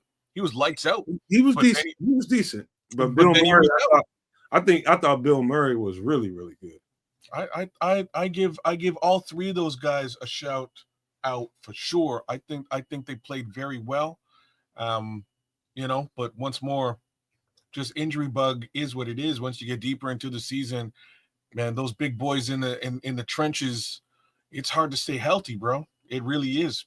And especially when they all go down virtually at the same time, it's tough. Or, when one of them just doesn't want to, really be out there at all. So it was a rough goal last season. But if we can actually serve some depth this time around, at least 2 of those 3 guys are still on the roster. Now they've backfilled a couple of positions with some new fresh blood. I'm interested, man. I think we might have a solid 10 at the end of training camp. Yeah. And one last thing before I get Luke Newman off the screen and get to one last conversation piece. I think some of the UDFAs and some of these tryout guys, I think when I say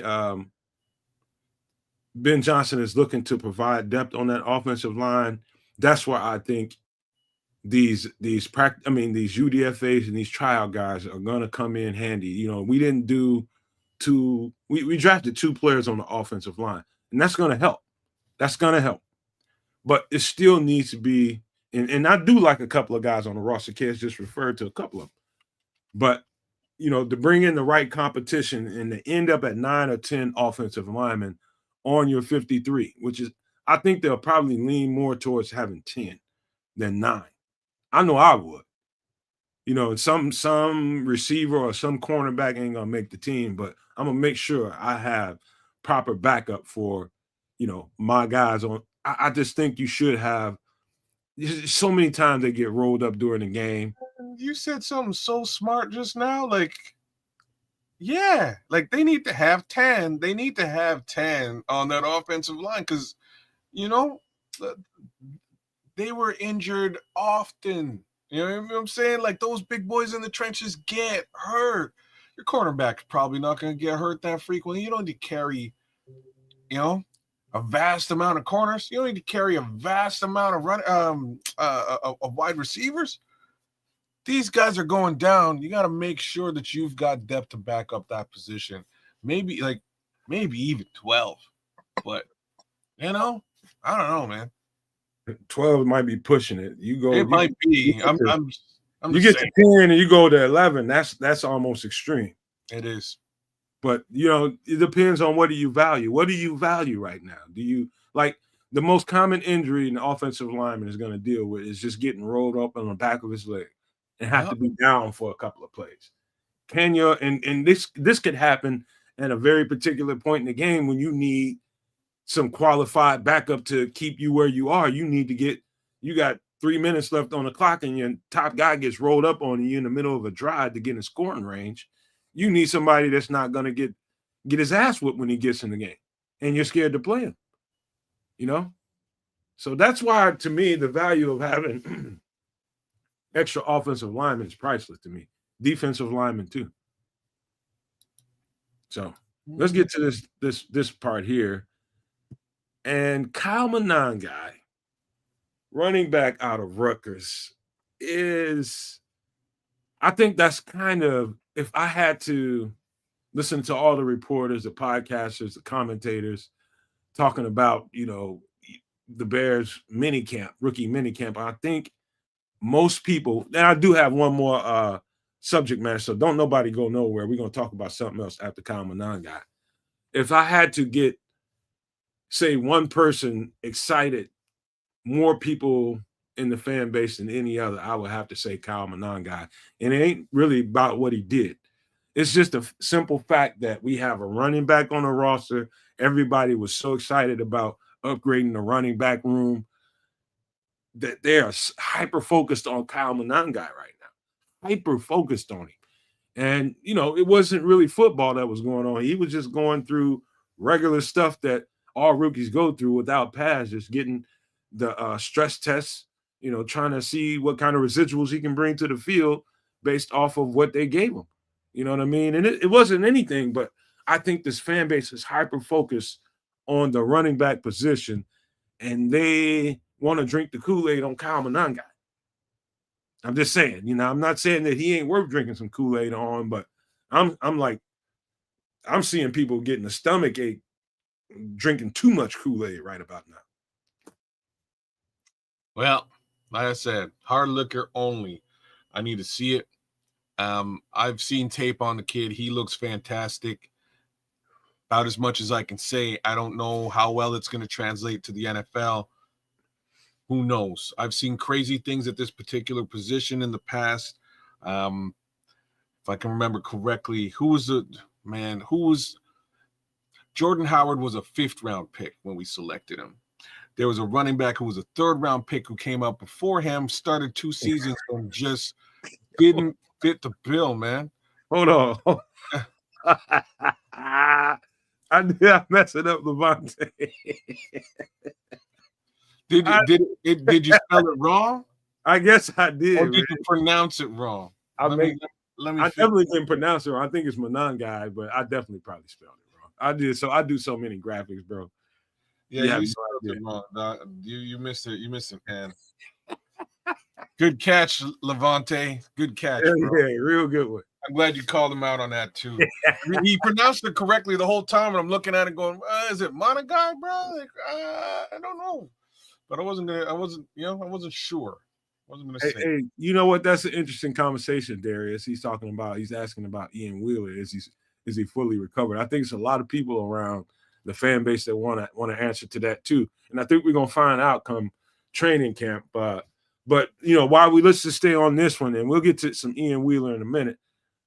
Kyle Monangai, I'm just telling people, man, This guy got to the 7th round for a reason.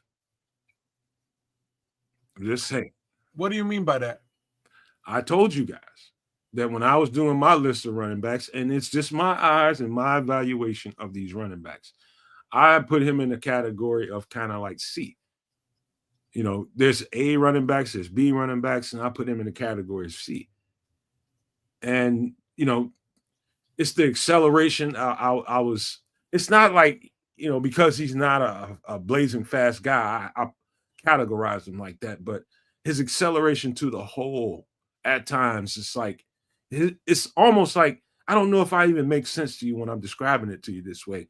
It's like his hyper focus on ball security kind of hampered his agility. And it's like I'm so focused on making sure I don't fumble this ball that I'm not really pressing these gaps like I should, and really, you know, getting down on people like I ought to.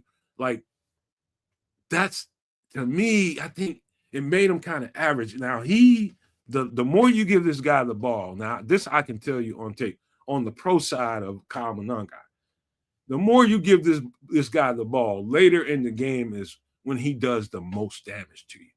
And so the thing about a guy like him is I don't know where he's going to find those carries in this offense behind, unless he turfs out Roschon Johnson. I don't know how he gets those carries late in the game and gets the amount of carries to get to where I know, like, if you give this guy 25 carries in the game, by the time he gets to that 15th to 18th carry, he's whipping the shit out of your defense because he's just wearing them out. But when are you going to get to that level? That's what I'm trying to get at. Man, I wish I could argue with that. I don't know. I don't know if he oversteps Roschon. I can only imagine he would, except for the fact that he's not going to be respected as a north-south runner. He'll run between the tackles, but he's not really a north-south guy. He's not a bruiser. I see Ian Wheeler being that guy, maybe, but the question is Ian healthy?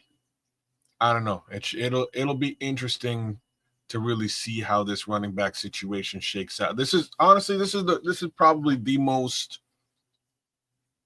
well, I'm going to say it's top 3 most important camp battles of them all, is really just to watch what goes on with these running backs, because I'll be surprised if they still don't go back to the well and get another back in there. I you know what, Levante, I get what you're saying. He says, you know what, I categorize Isaiah Pacheco as a C-type player coming out, and look what he's done. I still categorize Isaiah Pacheco. I was going to say the same thing. He's a C-type player, just like Jordan Mason's a C player too. But Jordan Mason was real nice last year.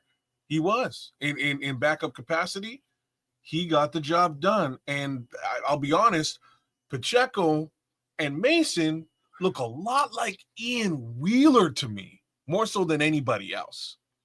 So I'm kind of interested. I hope Ian's healthy enough to really do some damage, and he stays healthy. I want to see what he brings to the table this time around.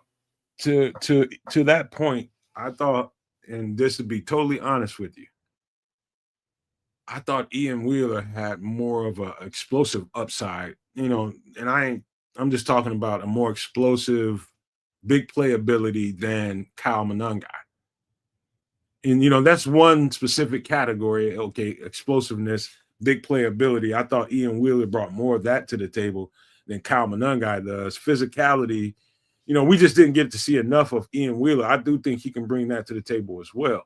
And so I think, I think a healthy Ian Wheeler behind a ACL injury, it's going to be interesting to see, what happens in preseason.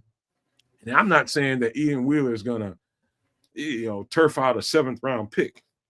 Ian Wheeler was a UDFA, and he's going to have to really, really, really overperform to take Kyle Monangai's spot on this roster. Just be honest with you, man. He's going to have to really bring it. And, the chances of that, I don't know how great they are, but I'm telling you, I thought that Ian Wheeler had better home run hitting capability and just really being able to take one to the house. Not that Monangai is not capable of it. He has other intangibles that I think are better than Ian Wheeler, just to be honest with you. But, I balls, agree. pass block and all that, like Ian Wheeler will pass block too. But, it's going to be tough. It's going to be watching them. I do think the addition of both those two guys in a good training camp with Roschon Johnson, and I'm not throwing Roschon Johnson in the trash either. I want to see what this looks like with this new offensive line setup, a new offense, new roles, new assignments. Everybody seems to be getting a fresh start. And I want to see what happens and what shakes out as they've given these new opportunities. We might be surprised. Well, like I said, we're definitely going to be surprised, no matter how it shakes out.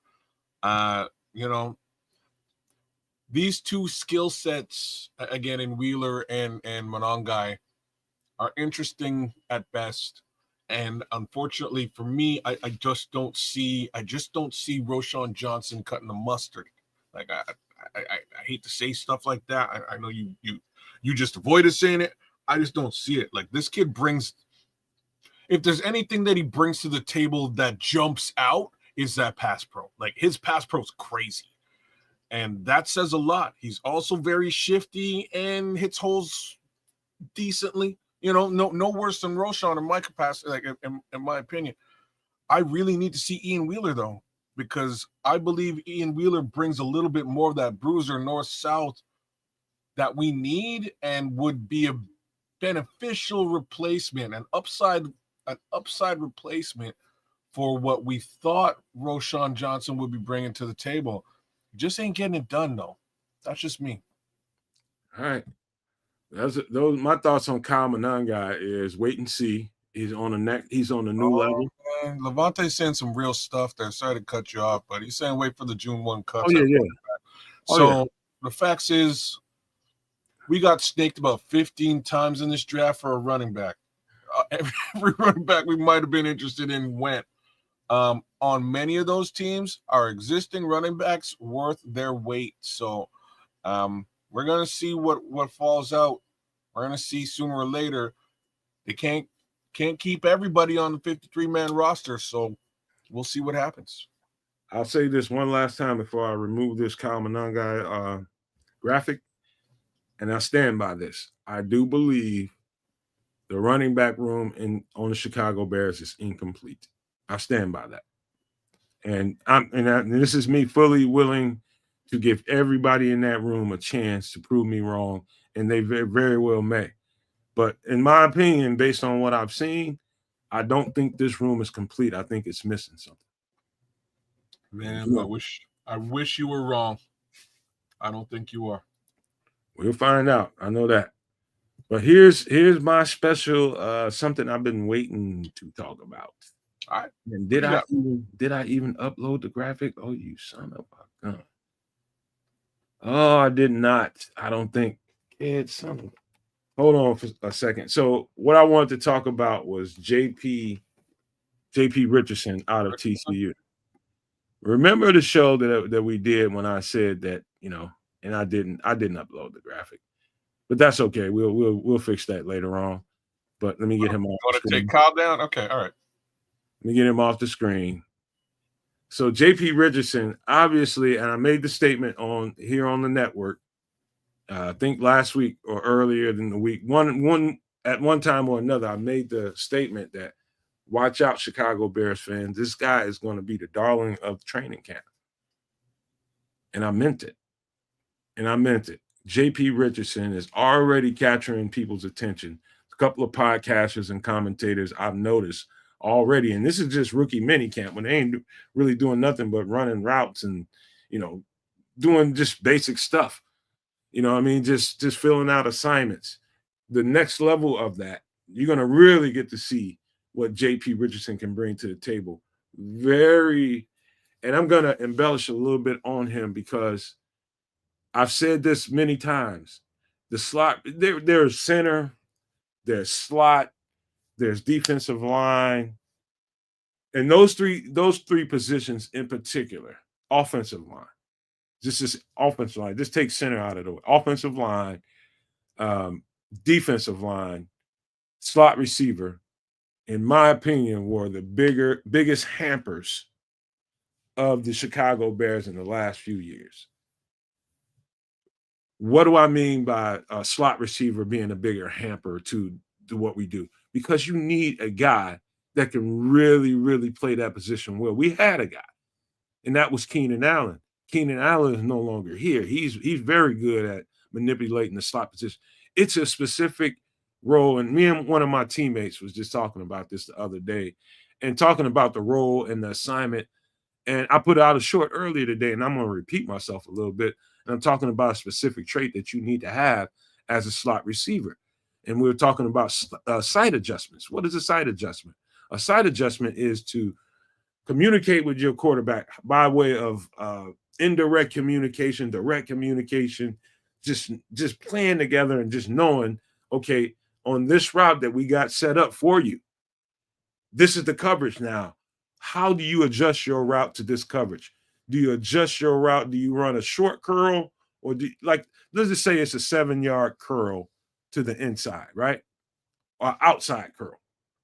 7 yards in a cover 4. This is some.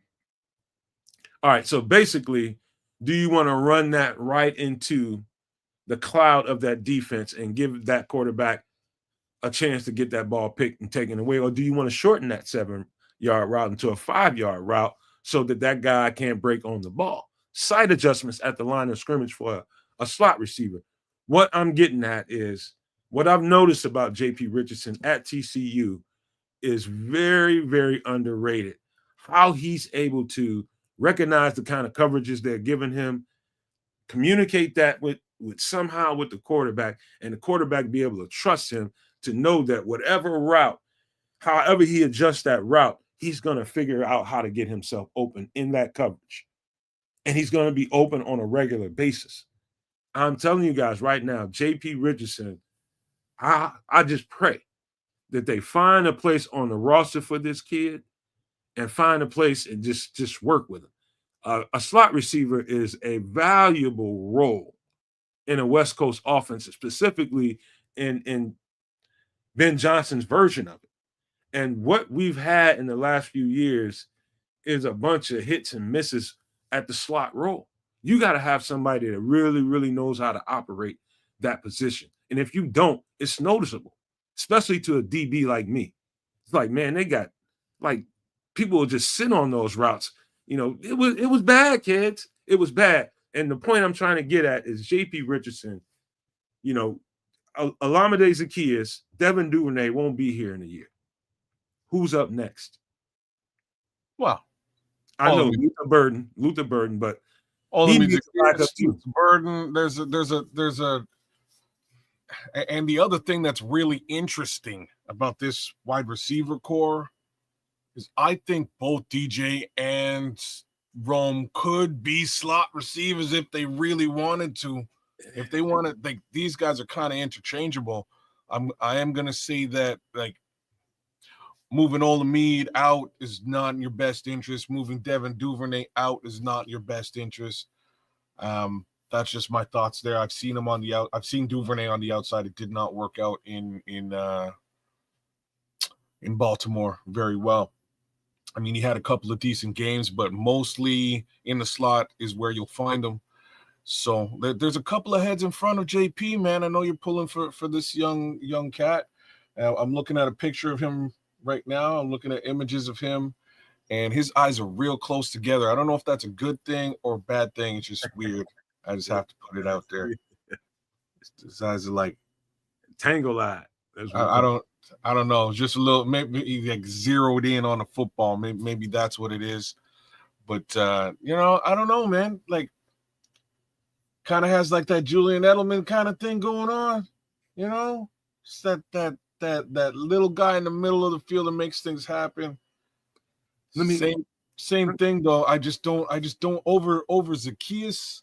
Most of all, his blocking ability, I don't know, man. He's got a ways to go, in my opinion. Well, let me speak to Levante. And this is what I'm about to say to you, and I'm gonna ask kids to you feel the same way, Javonte. Yeah. He says all three of our starting receivers, Rome, DJ, and Luther, can play slot. Move those guys around like juggling. No fucking question about that. Let me say this to you, kids. When you start thinking about slot receivers, and I know he's right. All those guys can play that role. But when you start thinking about a professional slot receiver, like who's the most professional, the best slot receiver, that's his role. That's his primary role. He's like a professional. Like I start thinking about Danny Amendola and people like that. Yeah, Amendola. Yeah, that's another good comp too. What's it? Julian Edelman. Amendola. You know, those guys took slot receiver to the next level. In with the speed of this game and the speed of defenses, the short game is where your money is. It's like you need a guy that can really operate, and that's like his profession, operating out of the slot. When I watch J.P. Richardson play, it's like I'm looking at those two guys I just got to mentioning up close and personal.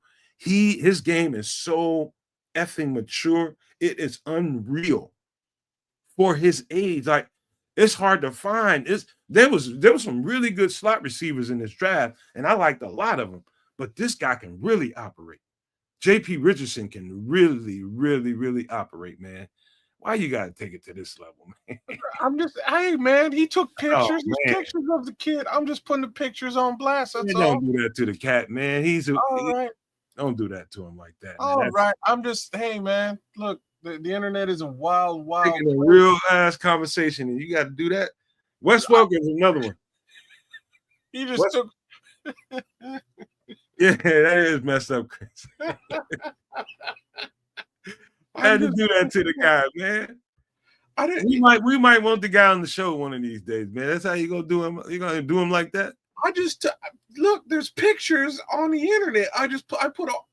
There had to be 12 pictures that I put up. But hey, man, I'm just saying. We'll say that for some extra sauce, man, because I do have some things to say about that. But we were just trying to keep it. Pro, that's a good one. Pro, that's another good one. But I kind of agree with all of those comps. In the end, I like what Zacchaeus brings. He brings a lot of that. Plus, he's a willing blocker. Like, he'll block the shit out of you, man. He really will. So I'm kind of excited about what Zacchaeus brings to that particular position. I just wish maybe he was a little bit faster. I would doubt that this kid's faster than Zacchaeus as it stands. But yeah, it's you know what, and I don't know how the Nomaniacs, the Super Nomaniacs, will see this. Wes Welker. It's less about, like, if you watch him up close, first thing you have to pay attention to is his release off the ball. So Ed McCaffrey, sorry, he's not a slot guy. When he's getting off the ball, kids, his release it's the jitterbug that he has to you, because you don't know where he's going to go, left or right. That's the first problem. I'm speaking as a DB when I'm guarding these guys. That's the first thing you pay attention to on tape when you start looking at him. Like, God damn, his release is funky, and he's got that hop step. And you probably wouldn't know what I'm talking about unless I demonstrated it to you. Oh, I know what you're talking about. This little hop step, and he jitters off of it, and you don't know where he's going, left or right. That's the first thing. And how he stems his routes. And so at the top of whatever he's going to break into, it's pretty clean looking. He can get that even cleaner. But those are the kind of things that DBs pay attention to. What makes a receiver hard to cover? And why does a certain receiver who doesn't have great speed constantly keep getting himself open and presenting himself as a target for the quarterback? It's how he releases and how he stems his routes. 1 and 2, 1A and 1B. Period. That's how. You don't have to be an extremely fast guy. It's not like he's going to take off for 70, 80-yard runs. No, he's just going to tear your ass up between the 0 and 20-yard radius constantly because of those two things. Well, we shall see. You know what I mean? There's a bunch of heads in front of him that I think can play the slot very effectively. So he's, like I said, he's got an uphill battle to fight is all. The answer, Levante is the bomb.fucking.com today, bro. He said the answer is he knows the whole route tree. And that is like that's a superstar comment right there. Like, you as a DB, you better know the whole goddamn route tree. Now, who runs it the best? Like, I can remember, this is a really interesting story, and I'll be real quick about it. My first interaction with my teammates on the field, and we were getting ready to do drills, 1-on-1s. That was going to turn into 7-on-7. That was going to turn into 11-on-11.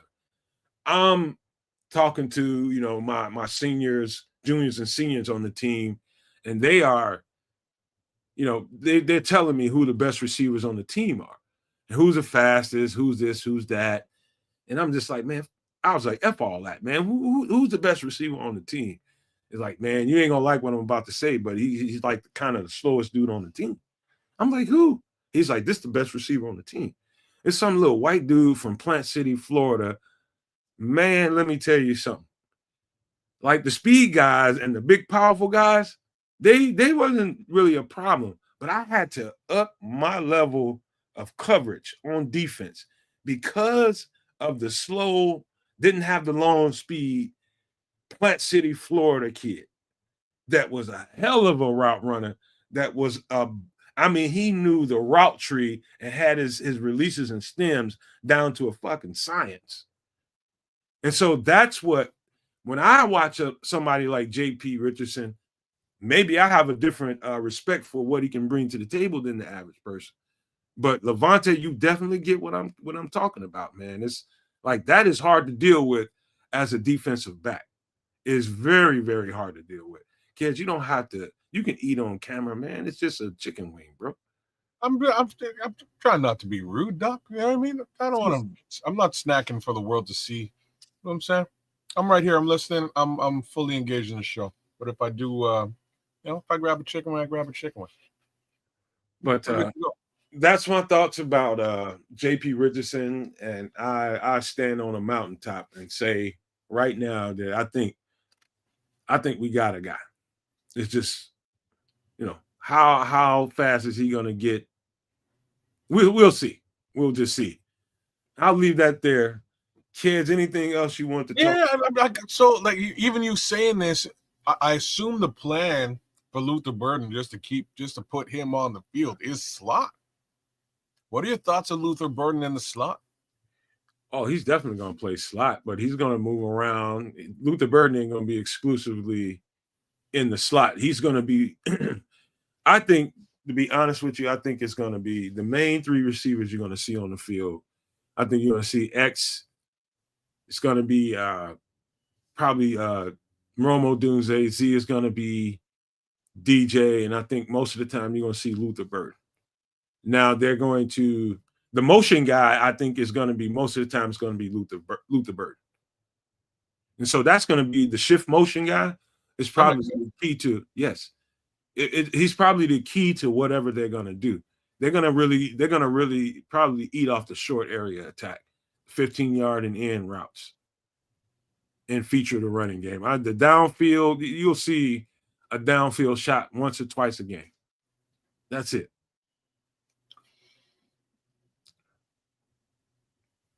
All right. I don't know. What do you think of that? But no, it's not what I think about it. I'm in Canada. I'm just, we got two wideouts. What do they think about it? Yeah, I do. I am interested, and I do think this, kids. I think they have a ton of stuff based on what they've seen on film with all these players. I think they have a ton of plays. I think they have a ton of formations, shifts, all kinds of stuff that's going on. What I think is going to happen in this camp, and this to me would be the smart play for Ben Johnson and the rest of that coaching staff on the offense, is to just give them basically the Lego version of it at first and see what comes out of it. And as it goes on through camp, it's like, oh, you see how he broke on this or that? You remember that play you were telling me about the other day? You had like a 5-play combination for that. Let's put that in here this week and let's see how that goes. And that's how the playbook is going to happen. It's good. They're going to see what's happening during minicamp and training camp before the pads come on, and then by the time the pads come on, they'll be kind of finishing up what they think this playbook is going to be. So I don't think they have a playbook whatsoever. I think they got a plethora of shit that they want to see what happens during these camps and see what they can throw together and kind of compile a list of what they do well. You know what I mean? I actually fully do. I don't think he's got, as in Ben Johnson, I think he's got sort of a big general idea as to what he wants to accomplish. But again, he kind of has to feel it out a little bit. And it sort of speaks to what he's been doing with the depth chart and just sort of saying, all right, everybody's coming here to compete for their position. I don't care who you are. So all of that being together, you mentioned that potentially Luther Burden is going to be your motion guy in most case scenarios. He can get super creative with this and motion everybody and anybody whenever he wants. And that, I think, is going to be cool. And when I say that,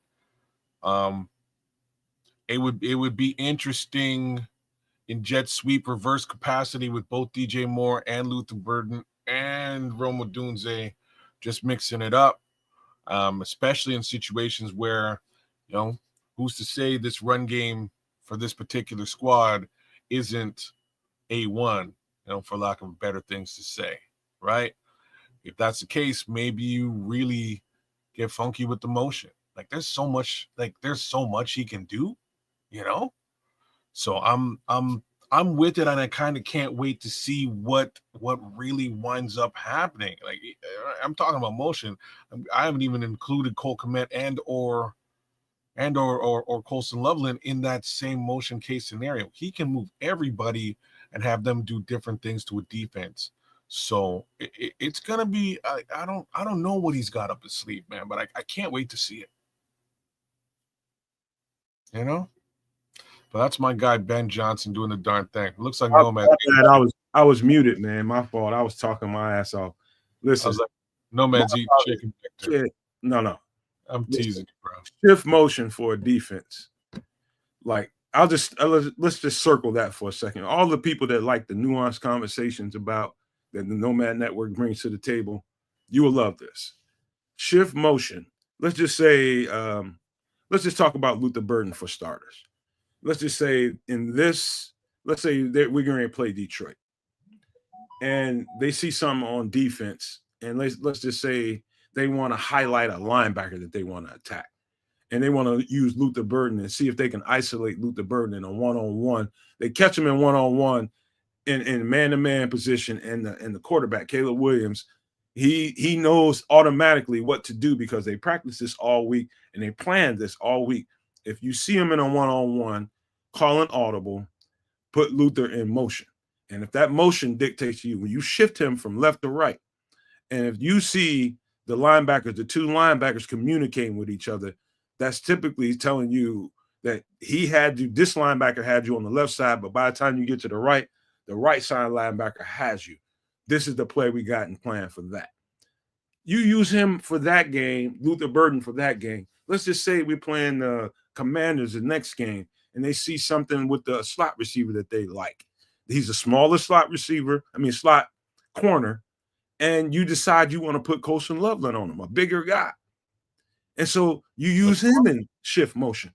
Shift motion it's diabolical if you have weaknesses in your defense. When you have a diabolical-minded coach that loves mismatches, which I think Ben Johnson does, this is where it pays dividends. It will deconstruct a defense if you do it the right way. If it's executed the right way, a lot of defensive coordinators out here won't tell you that out in the open because that's one of the tricks to the trade. It's a secret. Like shift motion can screw your defense. If your defense isn't up to par, number one. Number two, if it's not disciplined. If they don't communicate fast enough, they're fucked. You know what I'm saying? So shift motion is a key to what Ben Johnson does. And he's got different guys that can really, really put you in a pickle, from DJ to Rome to Colson Loveland, Cole Kmet, Luther Burden. Now you got a plethora of guys that can put you in a catch-22 on a regular basis. Add this to it, kids. Now you put tempo on top of that. Now you got them going. You caught them in a bad spot, and they can't really now they're screwed. Now they're screwed. They can't get a replacement on the field because you're going up tempo. Now you got to call a timeout. That's the gamesmanship of football. That the little nuanced stuff that happens during the game that most fans don't pay attention to. But that's how you win football games. You're damn straight. It's also going to dictate what the defense is doing, right? As you're shifting and motioning and moving these guys around, and this is really the comment I was just about to hit up. Big ups to you, Flex Days. He says, Nomad, shifting after seeing the defensive formation is something that the Lions did a lot of, especially against the Vikes because of how aggressive Flores is.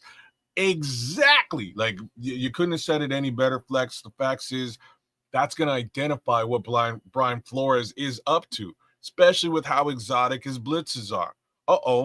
They just changed the whole scheme. What are they doing? We got to recommunicate and kind of put ourselves on blast a little bit. Now the offense knows what they're doing, and we can do something a little bit different to attack it. Kids, remember your guy, one of your favorite corners a couple years ago, Mikey Sammer, still out of Michigan. Yeah, man. I think he's a slot corner for the Commanders. Yeah, he is. He's a starting slot corner. Okay. Imagine getting them in the trick bag with Colston Loveland as your slot. I mean, as your slot, your shift guy, your motion shift guy. And imagine that mismatch. As much as I like Saracil, I don't see him. You know what I mean? I don't see him doing a good job covering a beast like Colston Loveland, right? That's definitely a mismatch, and you have the ability of creating it with a creative offensive mind. And I wish, we definitely have one of those in the building now. It's been a long time coming. Shout out to Darius, man. He appreciated that, man. I know everybody else does. That is, I appreciate that, bro, and we appreciate it. That's football. That's football gamesmanship right there. That's the chess play. That's the chess play. Everybody's running pretty much the same stuff all the time. Levante, that ain't crazy either, Levante, right? Like, just here. I see it. Yeah, I got it. So shout out to Darius Morgan for that. And shout out to Levante for this, right? So he's saying, how about running more 21 personnel, which is 2 running backs, 1 tight end, and 2 wide receivers. That's not crazy, right? I'll tell you something. Not crazy at all, bro. Now you got Monangai on that pass block. You have a great pass catching back in DeAndre Swift. And whoever you decide to keep on the outside is who you keep on the outside. Whichever tight end you want to run is the tight end that you're running. Let me tell you how 21 personnel. Nice. So 21 broken down in layman's terms means 2 tight ends and a running back. So if you're running out of primarily 2 tight end sets, what is that going to force the defense to do? It almost forces them because you can run the ball so well out of a 2 tight end set. It forces them to leave the extra linebacker on the field instead of putting that slot corner on the field. If you leave the slot corner on the field and put in a nickel formation, they're just gonna keep running the ball at you. They're going to force you to keep a linebacker on the field. And if you keep that linebacker on the field and you are not playing some kind of zone coverage, some kind of cloud coverage, there's ways to really, really screw that up. They just keep running the ball at you. Just keep running the ball. But if you get into man-to-man, if you got a tight end combination, a tight end set like Cole Kmet and Colston Loveland, you really screwed. Now you got a dynamic guy, a move guy on top of a blocking guy that can actually move a little bit himself. You got a tight situation. You in trouble, man. The Bears are in a position if they scheme this up the right way, depending on the matchup from week to week, if they scheme it up the right way, they've got every bit of the assets to really put their foot on teams' necks. If they can get that run game to where they want it to be, all of that stuff is going to be predicated on how well they run the ball. Man, it's so true, isn't it? And that's gigantic question mark right there. So we'll see what that looks like, man. Hopefully it shakes out well. At the very least, the offensive line looked a hell of a lot better than it did last year. So hopefully that's a big boost to the run game. Okay. So this is Mother's Day, man, and I didn't plan on doing a 2-hour show, but here we are, 2 hours and beyond. Love you guys, love the energy, love the feedback, love everybody here, man. Make sure you guys hit that subscribe button on both over here at the Nomad Network and Kids of Canuck. We would appreciate you. It's absolutely free. It costs you nothing to show us that kind of support. And all it does for us is it just energizes us and makes us, if you guys notice, all the people that have been recent new subscribers to the channel, I've been trying my best to pay it back by putting out as much content as I can. We do these long podcasts, and not everybody is willing to sit here for a 2, 3, 4 hour podcast. And so what that provides is us to be able to put it out in little dribs and drabs, little shorts, having little points of conversation that I think are important moving forward. And what it does is it's like a kaleidoscope, all those shorts, and it paints a picture of what we have moving forward. So you have an idea of what's in the building now with this new regime, this new staff, these new players that are in the building. You have an idea of who they are and what they can bring to the table, courtesy of the Nomad Network and Kids of Canuck over there. And so that's the idea, is for you all, we like doing these kinds of shows, and it doesn't matter if, we like the people that stay here from the beginning to the end, but we know how it is. People got to get up and go do work, and they can't always stay for a 3-4 hour show. They see a 3 or 4 hour show and they're turned off automatically. And I just want you guys that watch those shows or don't watch those shows to understand why we do those shows. You can't get all the content and detail in an hour, you can't. We have personalities, we have conversations, we have differences at times. There's no way to get through all of that stuff in an hour or so. There's no way. But we do plan on giving you guys a podcast soon, hopefully really soon, that gives you that, that daily stuff, 2 or 3 days out of the week, 3, 4 days, however many we do. We're going to do something like that on a more regular basis, just trying to get to the bottom line of that soon. But the content, I know we tear it up over here. So appreciate you guys for being here. Kids, did you have any more thoughts before I get ready to start closing this out? Because we can, if you got anything else to talk about, we can do that. Nope. Nah, I'm good. It's a Sunday night. I got business to attend to tomorrow morning. So, let's keep it short and sweet for this Sunday. Let's be frank, though. A little bit more to talk about next week once that schedule comes out. So I'm sure we'll be looking deep into that on Extra Sauce, as well as on next week's Nomad at Night. So stay tuned for all of that. That schedule comes out on the 14th. So again, we'll get a better look, better understanding of where and who. Like, we know the who's, but when, when. We'll know exactly when we're facing each team. I saw some really cool speculation in the chat today. I can't remember who was really saying it, but they're saying maybe we hit up the Washington Commanders week 1. That'd be an interesting little payback situation for us. That Fail Mary really derailed an entire season last time. I think it might be just desserts to take home that win, that W that we should have taken last season, right? So we'll see what it all looks like. It's going to be one hell of a season, and we'll have a better idea what that looks like there next week. Yes, sir. And thank you guys for being here. It does feel a little bit strange. We do such long podcasts, and we have such a good time doing it. This is a good time network, man. We have a really good time talking sometimes really serious shit. And football sometimes in Chicago gets to be really, really serious.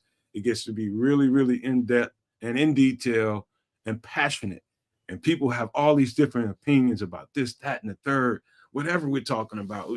All we had to do was bring up the idea that Darnell Wright might move from to right to left. And that took 30 minutes to get out of that because people are so passionate about that. But we welcome that around here, man. And it's worth a conversation. I don't do these shows, me in particular. My mindset isn't, okay, let's do this 15, 20 minute, 30 minute, 45 minute show that's going to get us the most views.